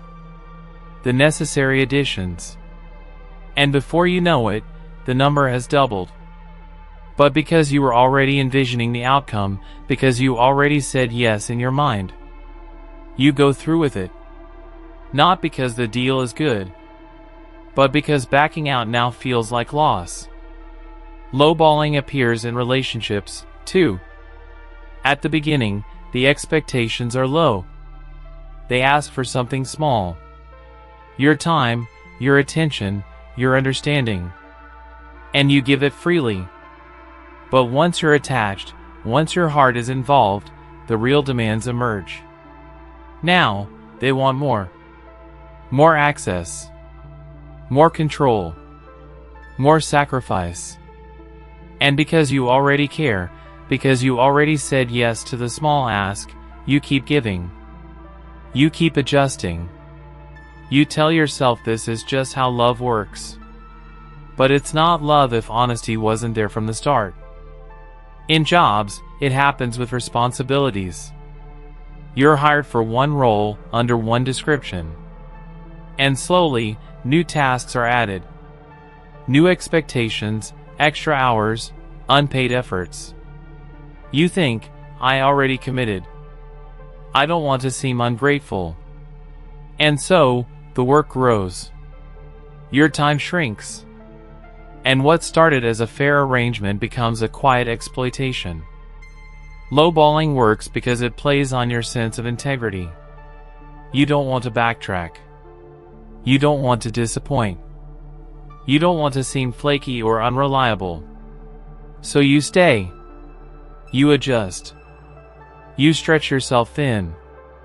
And all the while, the person who lowballed you watches you carry a weight you never agreed to, without ever having to force you. What's dangerous is how gentle it all seems. There's no shouting. No overt manipulation. Just quiet shifts. Small additions. Things that sound reasonable in isolation. But over time, they compound. And you find yourself deep into something that doesn't feel like what you originally signed up for. You feel stuck. But you don't know how to explain why. Because technically, you agreed. Technically, you said yes. But you didn't say yes to this. You said yes to something else. To something smaller. Simpler. Honest. And that's the heart of it. Lowballing isn't just about changing terms. It's about removing informed consent. It's about making you agree under one condition and then quietly replacing it with another. So how do you protect yourself from lowballing? You pause before you say yes. You ask questions. You get clarity. You say, is this everything? Will anything change later? Can we write it down? And if someone resists those questions, if they say, don't worry about it, or we'll sort it out later, that's your signal. Because real agreements welcome transparency. Manipulative ones avoid it. You also give yourself permission to walk away. Even after you've said yes. Especially after you've said yes. Because consent that's given under partial truth isn't binding. You are not obligated to carry more just because someone handed it to you slowly. And if you've already been lowballed, if you're already in a situation that grew heavier than you agreed to, this is your moment to reassess. To ask, what did I agree to, and what's been added since? Am I still okay with this? Do I feel respected? Or do I feel tricked? You're allowed to renegotiate. You're allowed to push back. You're allowed to say, this wasn't what I signed up for. Not with anger, but with clarity. And if someone tries to guilt you for that, if they say you're being unreasonable or difficult, remember, their discomfort isn't proof that you're wrong. It's proof that the manipulation is no longer working. Lowballing only succeeds in silence. It thrives on your desire to keep the peace. But peace built on distortion is not peace. It's a performance. And you deserve better than a quiet collapse. You deserve honesty up front. You deserve clear expectations. You deserve the chance to say yes or no from a place of truth, not from a place of pressure. Because a real agreement doesn't have to hide. A real relationship doesn't have to trick you into staying. And a real opportunity doesn't need to lure you in with half the truth. So pause. Reflect. Ask questions. And if the terms change, you get to change your answer. Because your integrity is not measured by how much you tolerate. It's measured by how clearly you choose. Reciprocity trap. Imagine someone gives you a small gift. Maybe it's just a coffee, or they hold the door a little longer than usual. You smile, thank them, and go on with your day. But something subtle has already happened. A thread has been tied around your wrist. Thin, invisible, but strong. You now feel the quiet tug of obligation. You want to do something nice in return. And if you don't, that thread begins to tighten. This is the reciprocity trap, a deeply human tendency to repay kindness, which can be manipulated, distorted, and weaponized into a cage of psychological control. At first glance, reciprocity seems like a virtue. In fact, it is the foundation of cooperation, social bonding, and even civilization itself. From early tribal societies to modern cities, the idea is simple: if I help you today, you'll help me tomorrow. We're safer, stronger, and more stable because of it. But like many instincts designed for our survival, reciprocity has a shadow. Because once someone understands how powerful this impulse is, they can start using it. Not to connect with you, but to control you. The trap begins with a gesture that seems generous. A favor you didn't ask for. An unexpected compliment. A free sample. Something that seems harmless, even thoughtful. But underneath the surface, a transaction has already been initiated. You didn't agree to it. You didn't sign anything. But your brain has already filed away a psychological debt. This is the core trick, giving someone something not to be kind, but to make them feel they owe you something in return. The moment you accept, you become entangled in an unspoken contract. You might not even notice it at first. The return favor could be just as small. Letting someone cut in line, listening to them vent, agreeing to something you're not entirely comfortable with. But over time, the requests escalate. And because you've already received something, you feel compelled to keep giving back. You don't want to seem ungrateful. You don't want to feel like a bad person. And that's exactly what makes this trap so effective. It's not enforced by rules or laws. It's enforced by your own conscience. This principle is so powerful that it's been exploited everywhere, from marketing campaigns to cult initiation rituals. Salespeople give you a free pen, a sample, a discount. And suddenly, you feel like you should listen, maybe buy, maybe just stay a little longer. Cult leaders shower new recruits with love, attention, and a sense of belonging. They're not being generous, they're building debt. And once you've received enough from them, it becomes harder and harder to leave. Because now you don't just walk away from the cult. You walk away from the people who gave you everything. One of the most chilling aspects of the reciprocity trap is that it doesn't require manipulation to start. In fact, the giver may not even realize what they're doing. It's a deeply rooted social reflex. But when that reflex is noticed, measured, and used deliberately, it becomes something else entirely. It becomes a form of control that feels like gratitude, that looks like friendship, that sounds like kindness. But at its core, it's a transaction with invisible chains. What makes this trap especially dangerous is how it can override your internal compass. You might feel something is off, that a request crosses a line, but the weight of obligation can silence that voice. You don't want to disappoint. You don't want to be rude. And so you say yes, even when you mean no. The reciprocity trap doesn't need to threaten you. It doesn't need to scare you.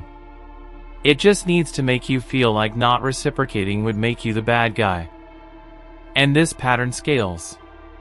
In politics, we see it when leaders offer small favors to communities only to expect loyalty in return.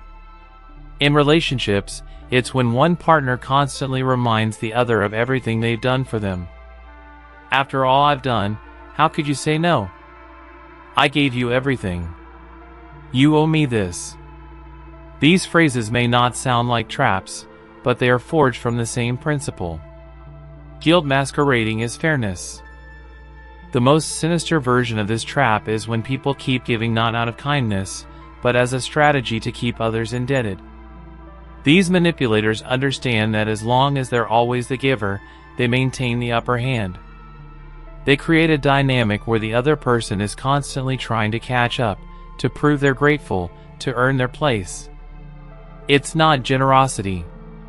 It's control wrapped in the appearance of kindness. But there is a way out of the reciprocity trap. It begins with awareness. Recognize when someone is offering you something not as a gift, but as a hook. Ask yourself, do I want this? Did I ask for this? And most importantly, do I feel like this gift comes with strings? If the answer is yes, then it may not be a gift at all. It may be a test. A test of your ability to hold your boundaries even in the face of guilt. Next, remember that gratitude doesn't always require repayment. True generosity doesn't demand balance. You can say thank you. You can appreciate the kindness. But you don't owe someone your time, your energy, or your consent just because they handed you a cup of coffee or gave you a compliment. You are allowed to accept something without giving something in return, especially when giving back would compromise your values, your well-being, or your freedom. And finally, don't use reciprocity as a weapon against yourself. That internal voice, the one that says you owe them, can be just as manipulative as the person who gave the gift. You don't owe your life to someone just because they were nice to you once. You don't owe your silence, your loyalty, or your trust because someone helped you through a hard time. The past does not own your future. And not all debts are yours to carry. The reciprocity trap is subtle, seductive, and deeply ingrained in our social wiring. But once you see it clearly, you can begin to untie those invisible threads. You can distinguish real kindness from manipulative generosity. You can give freely and receive without guilt.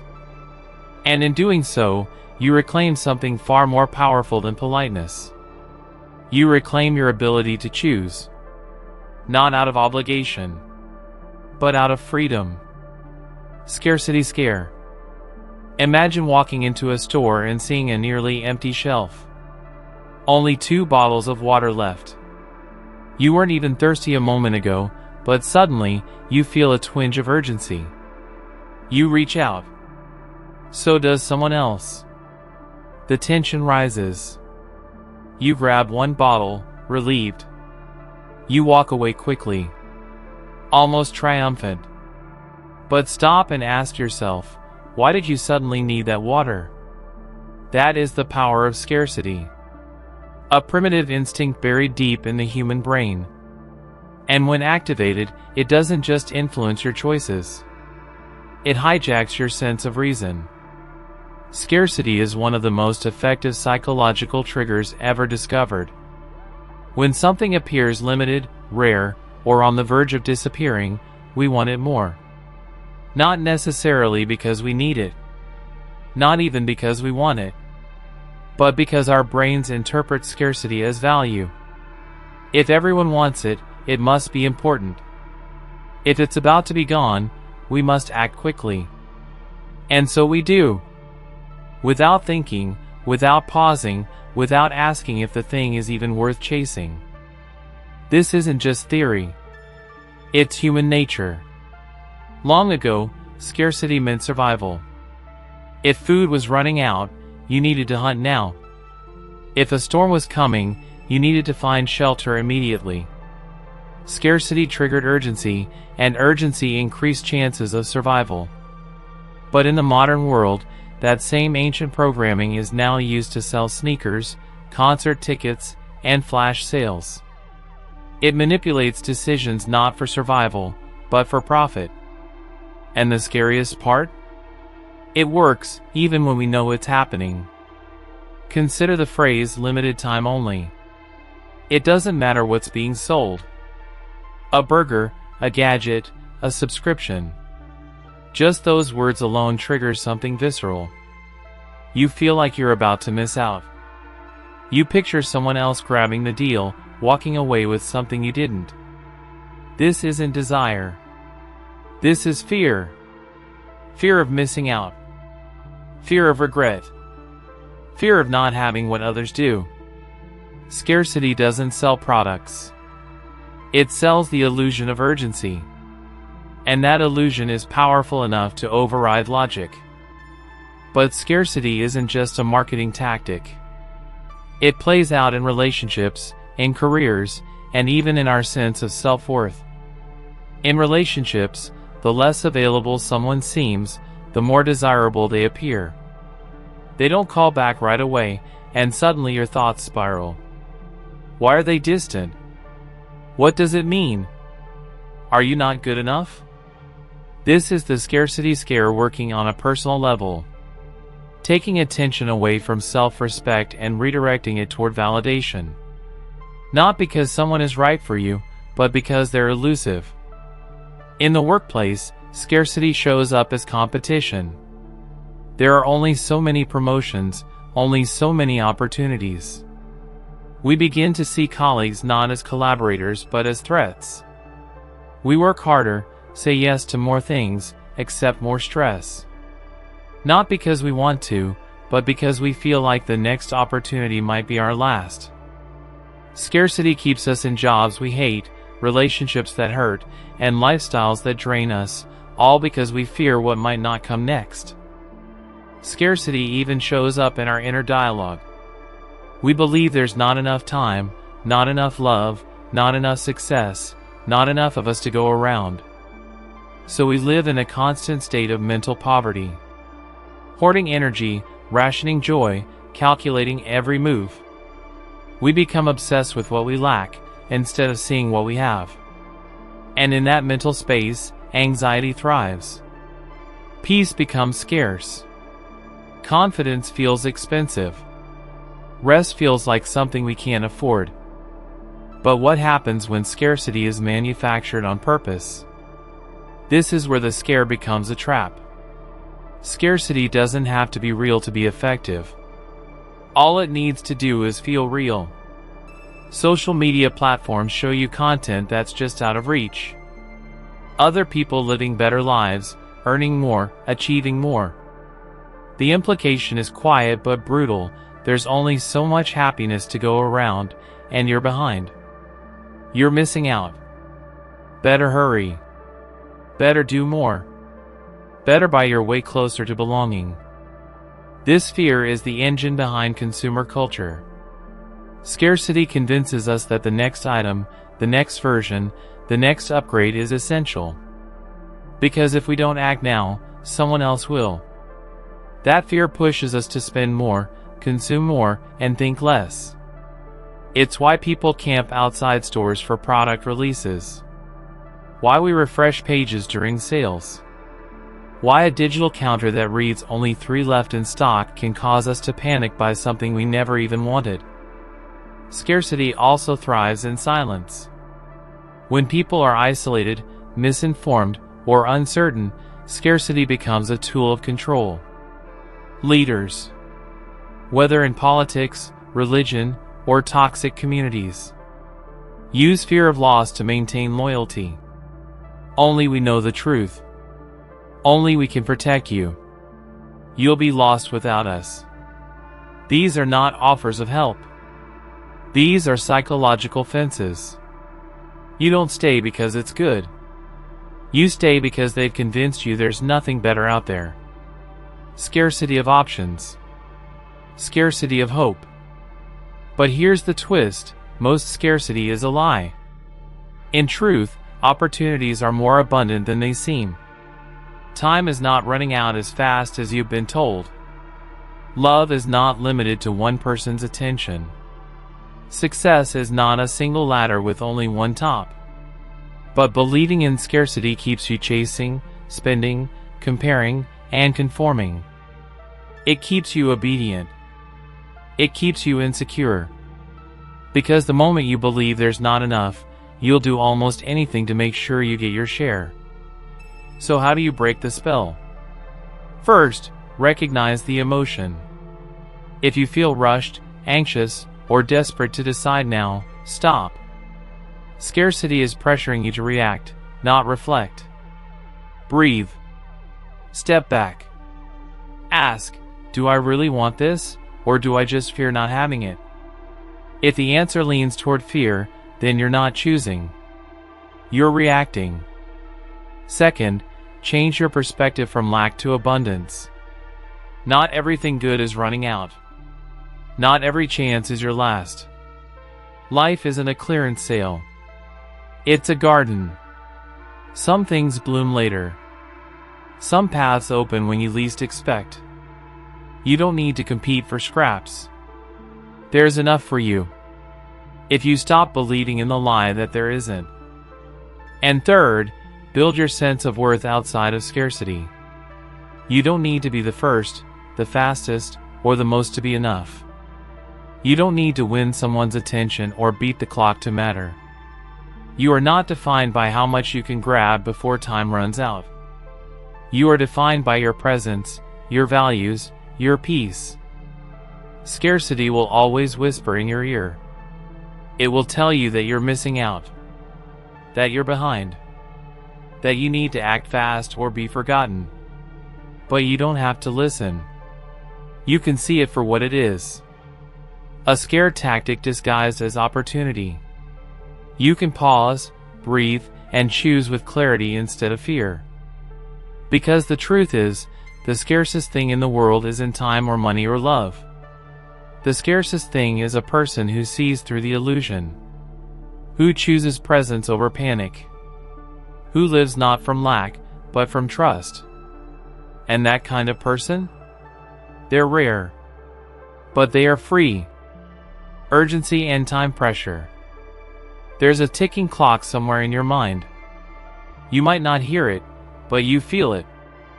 A quiet push behind your choices, a subtle rush in your thoughts. Hurry up.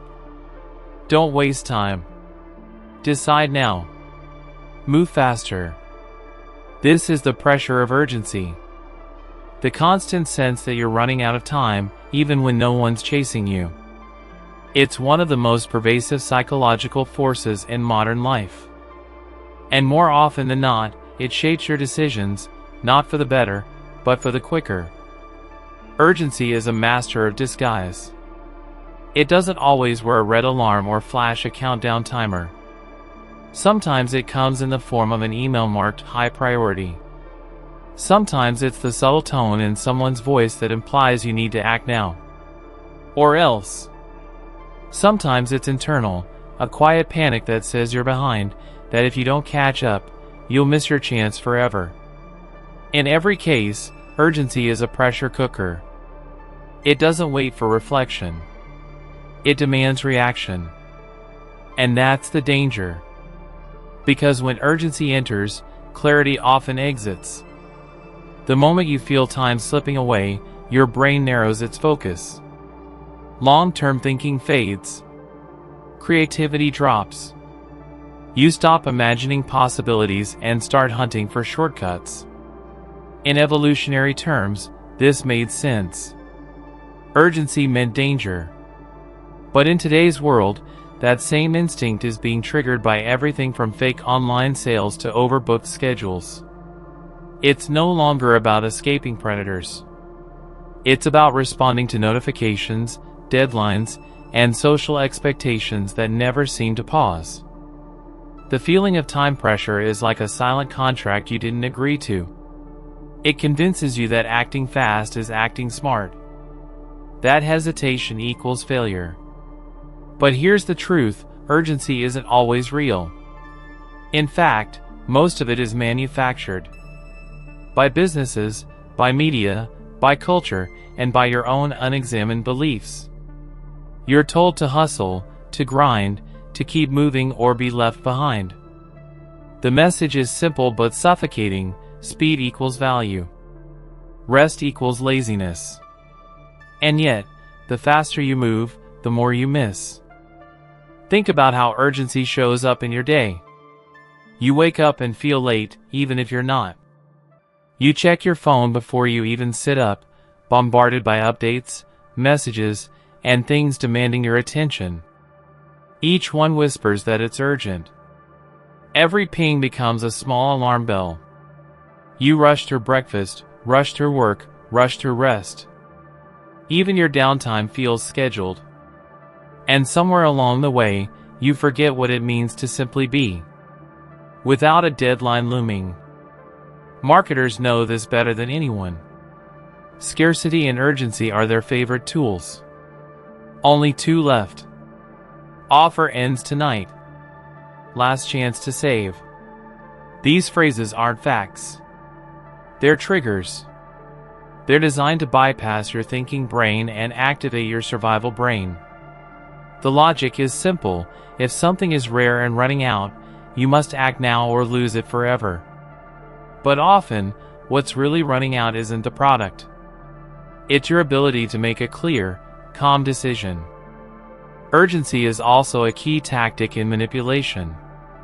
Toxic relationships, high-pressure sales tactics, even cults and extremist groups use urgency to shut down independent thought. You have to decide now. You're either with us or against us. This is your only chance. These aren't just statements. They're traps. Because the more time pressure you feel, the more your brain leans toward automatic responses.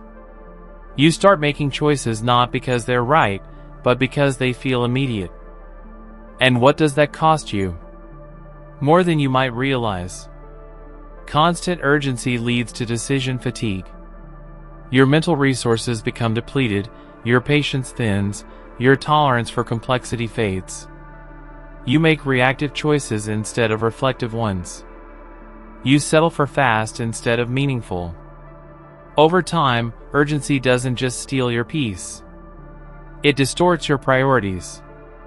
You stop asking, "What do I really want?" and start asking, "What can I get done right now?" Time pressure also distorts your sense of self. It convinces you that your worth is measured by your output, that your value lies in how many tasks you check off, how quickly you respond, how busy you stay.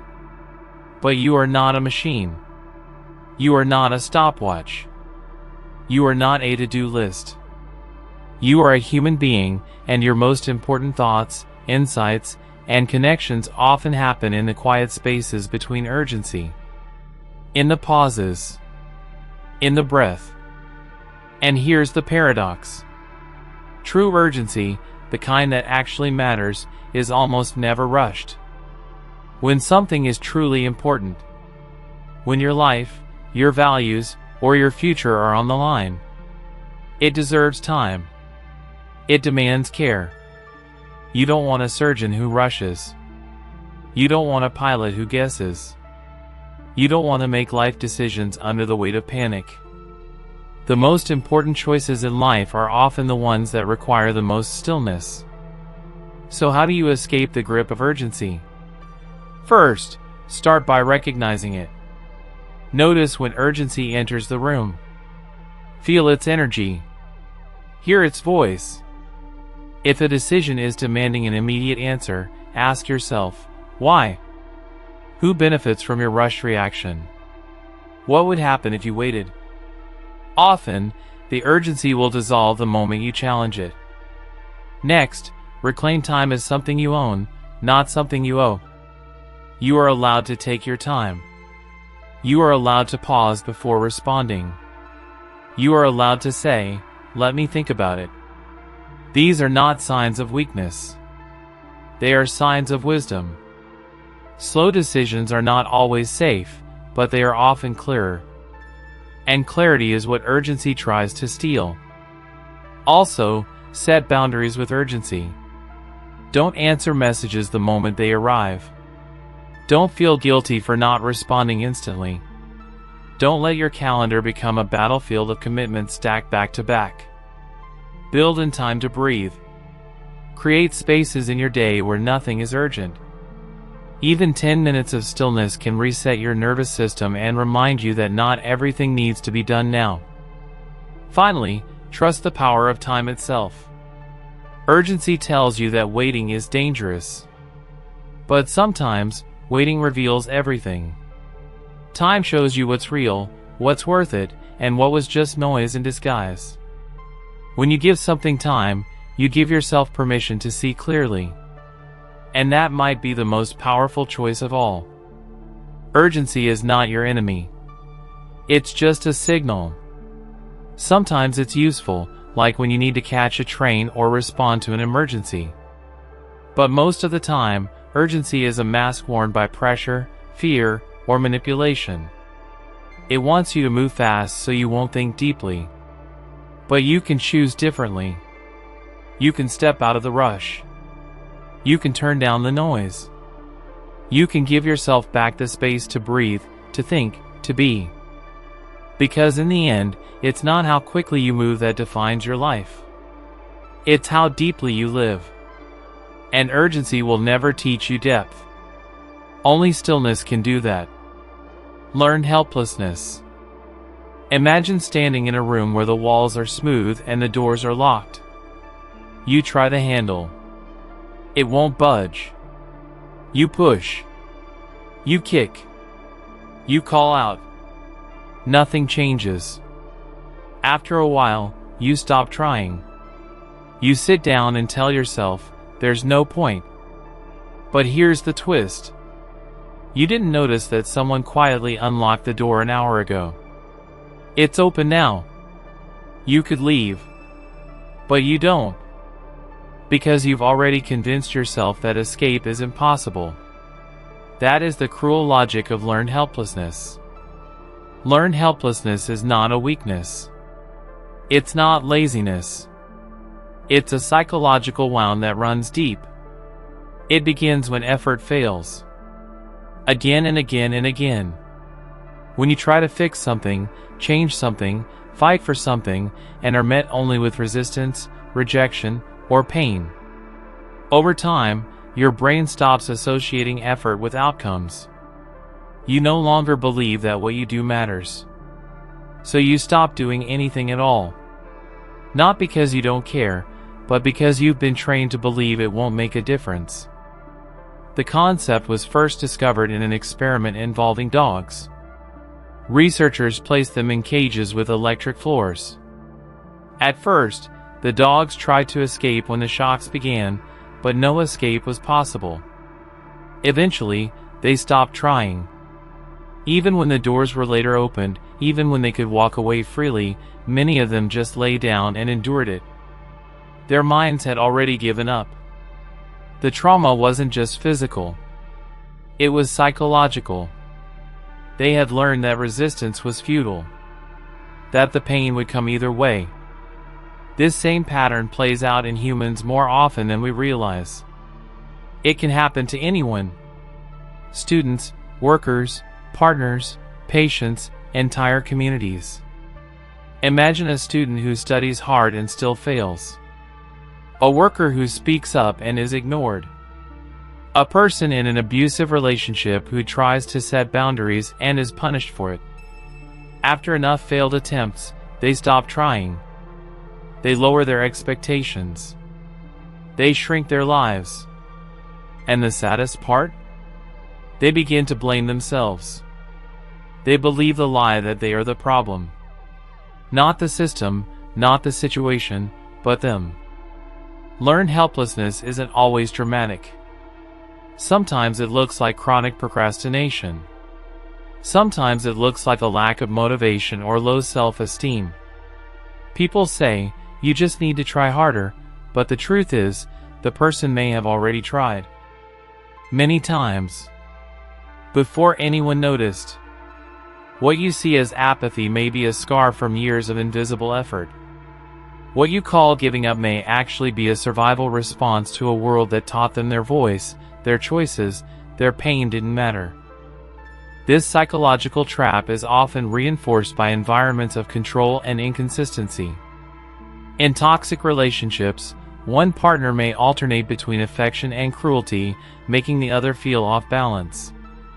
You never know what version of the person you'll get, so you try harder to please them. But nothing works consistently. Eventually, you stop trying to please them at all. You stop expressing your needs. You become quiet, obedient, resigned. The same happens in manipulative workplaces, authoritarian communities, or broken systems. You're taught that resistance is punished and compliance is rewarded, until even your sense of self erodes. And here's what makes learned helplessness so dangerous: it's self-sustaining. Once someone internalizes the belief that they are powerless, they begin to see the world through that lens. Even when new opportunities arise, they can't recognize them. Even when help is offered, they can't accept it. Freedom feels unfamiliar. Hope feels risky. Change feels impossible. The cage is no longer physical. It's mental. And breaking out of it requires more than just encouragement. It requires healing. So how do you begin to unlearn helplessness? First, recognize it. Pay attention to the voice in your head that says, "What's the point?" or "Nothing will change." That voice isn't telling the truth. It's echoing past experiences. Challenge it gently. Ask yourself, is this really impossible, or does it just feel impossible because I've been stuck before? Awareness is the first crack in the wall. Next, start small. Don't try to change everything at once. Instead, find one area where your actions do make a difference, no matter how small. Maybe it's setting a boundary, asking a question, or speaking up once. Success doesn't need to be huge. It just needs to be real. Every time you prove to yourself that effort leads to change, you weaken the helplessness. Every time you act in defiance of that inner paralysis, you reclaim a piece of your power. Support also matters. Learned helplessness often forms in isolation, but it heals through connection. Find people who validate your experiences, who remind you that your feelings are real, and who support your growth without rushing you. Sometimes, just having someone say, "I believe you," or "You're not crazy," can be more liberating than any strategy. Because when you're trapped in your mind, someone reaching in from the outside can feel like the only light in the dark. Therapy can help too. A skilled therapist can walk with you through the layers of helplessness, gently peeling them back, helping you reconnect with your agency. They won't tell you to snap out of it. They'll understand that the walls you built were once necessary. That your helplessness isn't failure. It's evidence of how hard you've tried to survive. And they'll help you find your way back. Not to who you were before the pain, but to who you're becoming now, despite it. And if you're watching someone else struggle with learned helplessness, be patient. Don't judge them for what they're not doing. Instead, ask what they've been through. Support their small victories. Remind them that just because they couldn't escape before doesn't mean the door is still locked. Sometimes, all it takes is someone saying, "I see you," to begin the process of change. Learned helplessness isn't a life sentence. It's a story your mind tells you based on old experiences. But stories can be rewritten. Beliefs can be challenged. And even the most paralyzed part of you can start to move again, one step at a time. You are not stuck because you're weak. You're stuck because you've been strong for too long in a place that never let you breathe. But that strength hasn't disappeared. It's waiting.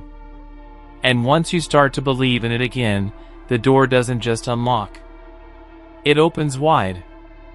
In the end, the cure for learned helplessness is not brute force. It's compassion. It's reminding yourself, day by day, that your efforts do matter, that your voice does count, that even if you've been knocked down 100 times, getting up once more still changes everything. Because the most powerful thing you can ever reclaim isn't control over your surroundings. It's the belief that your choices still matter. And that belief? That's where freedom begins. Stockholm Syndrome. Imagine being held against your will. Someone has taken your freedom, restricted your movement, and placed you in a situation you can't escape from. Fear is the first response. Panic, desperation, a primal urge to fight or flee. But time passes. The danger doesn't go away.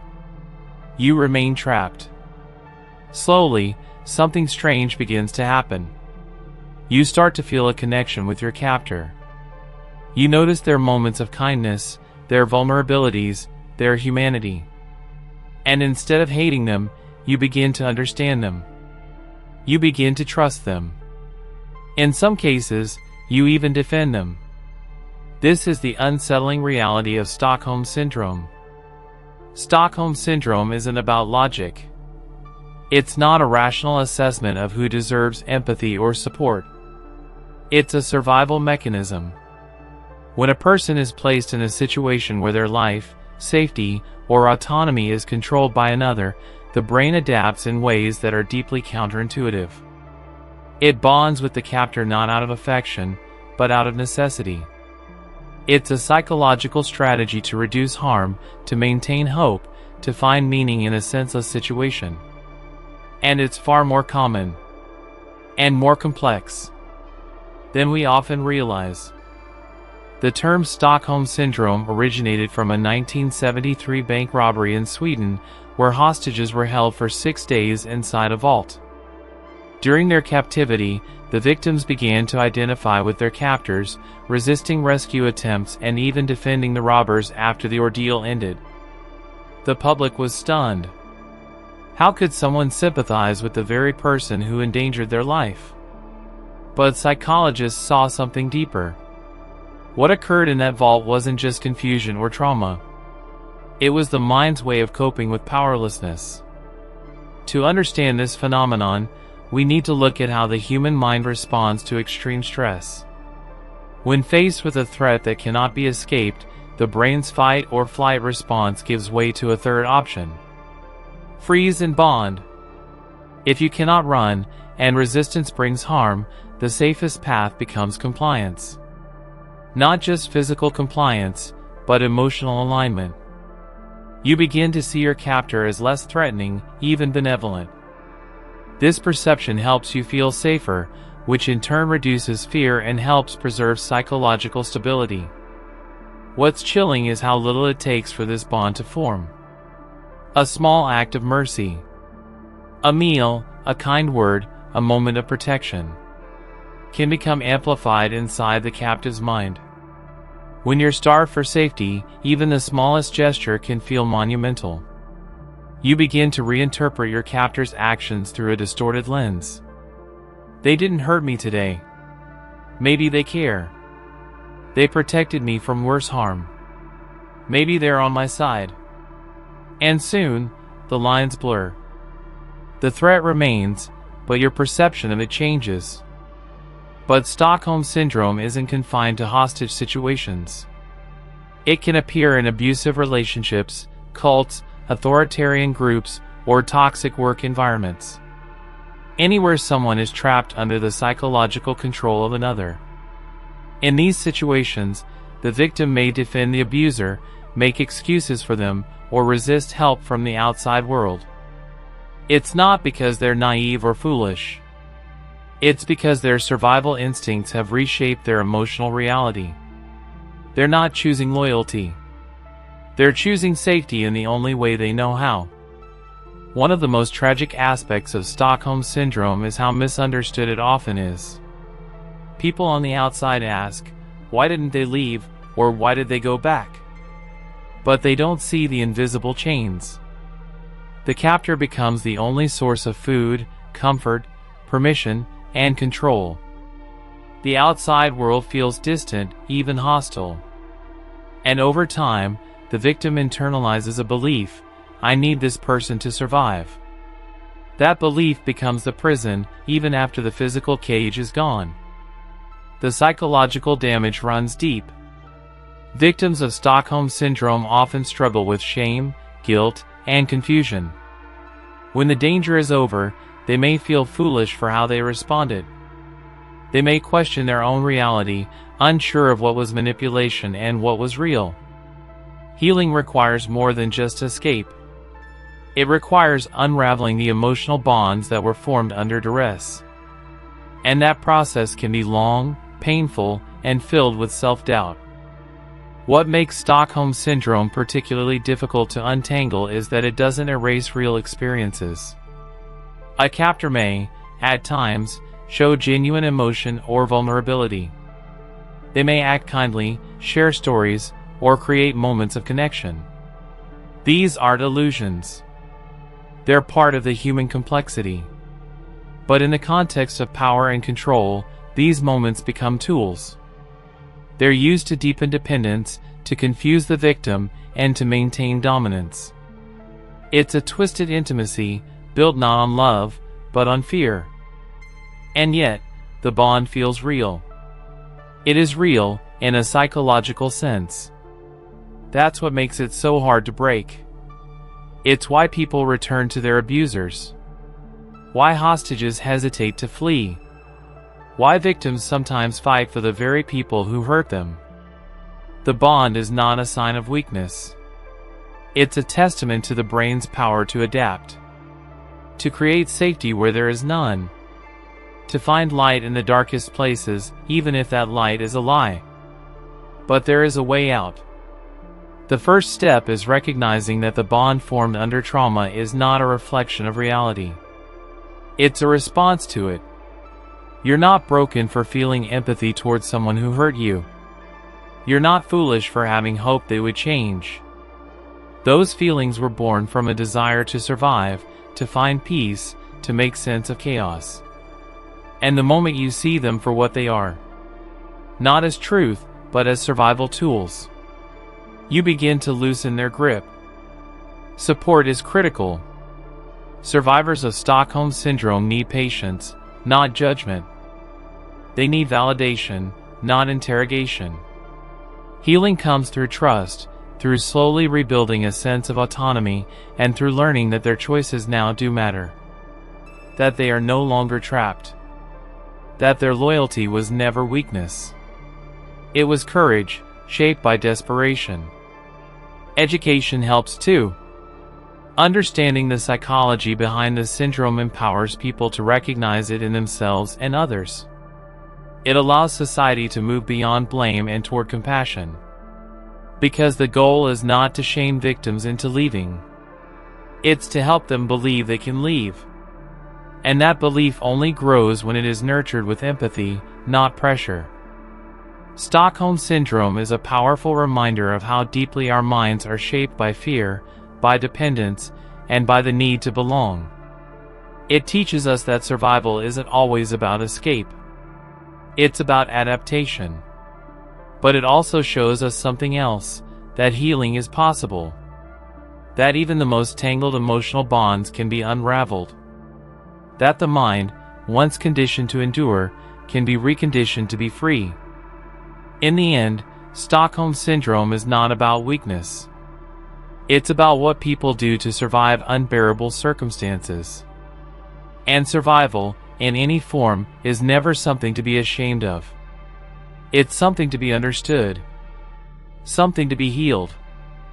And, eventually, something to be overcome.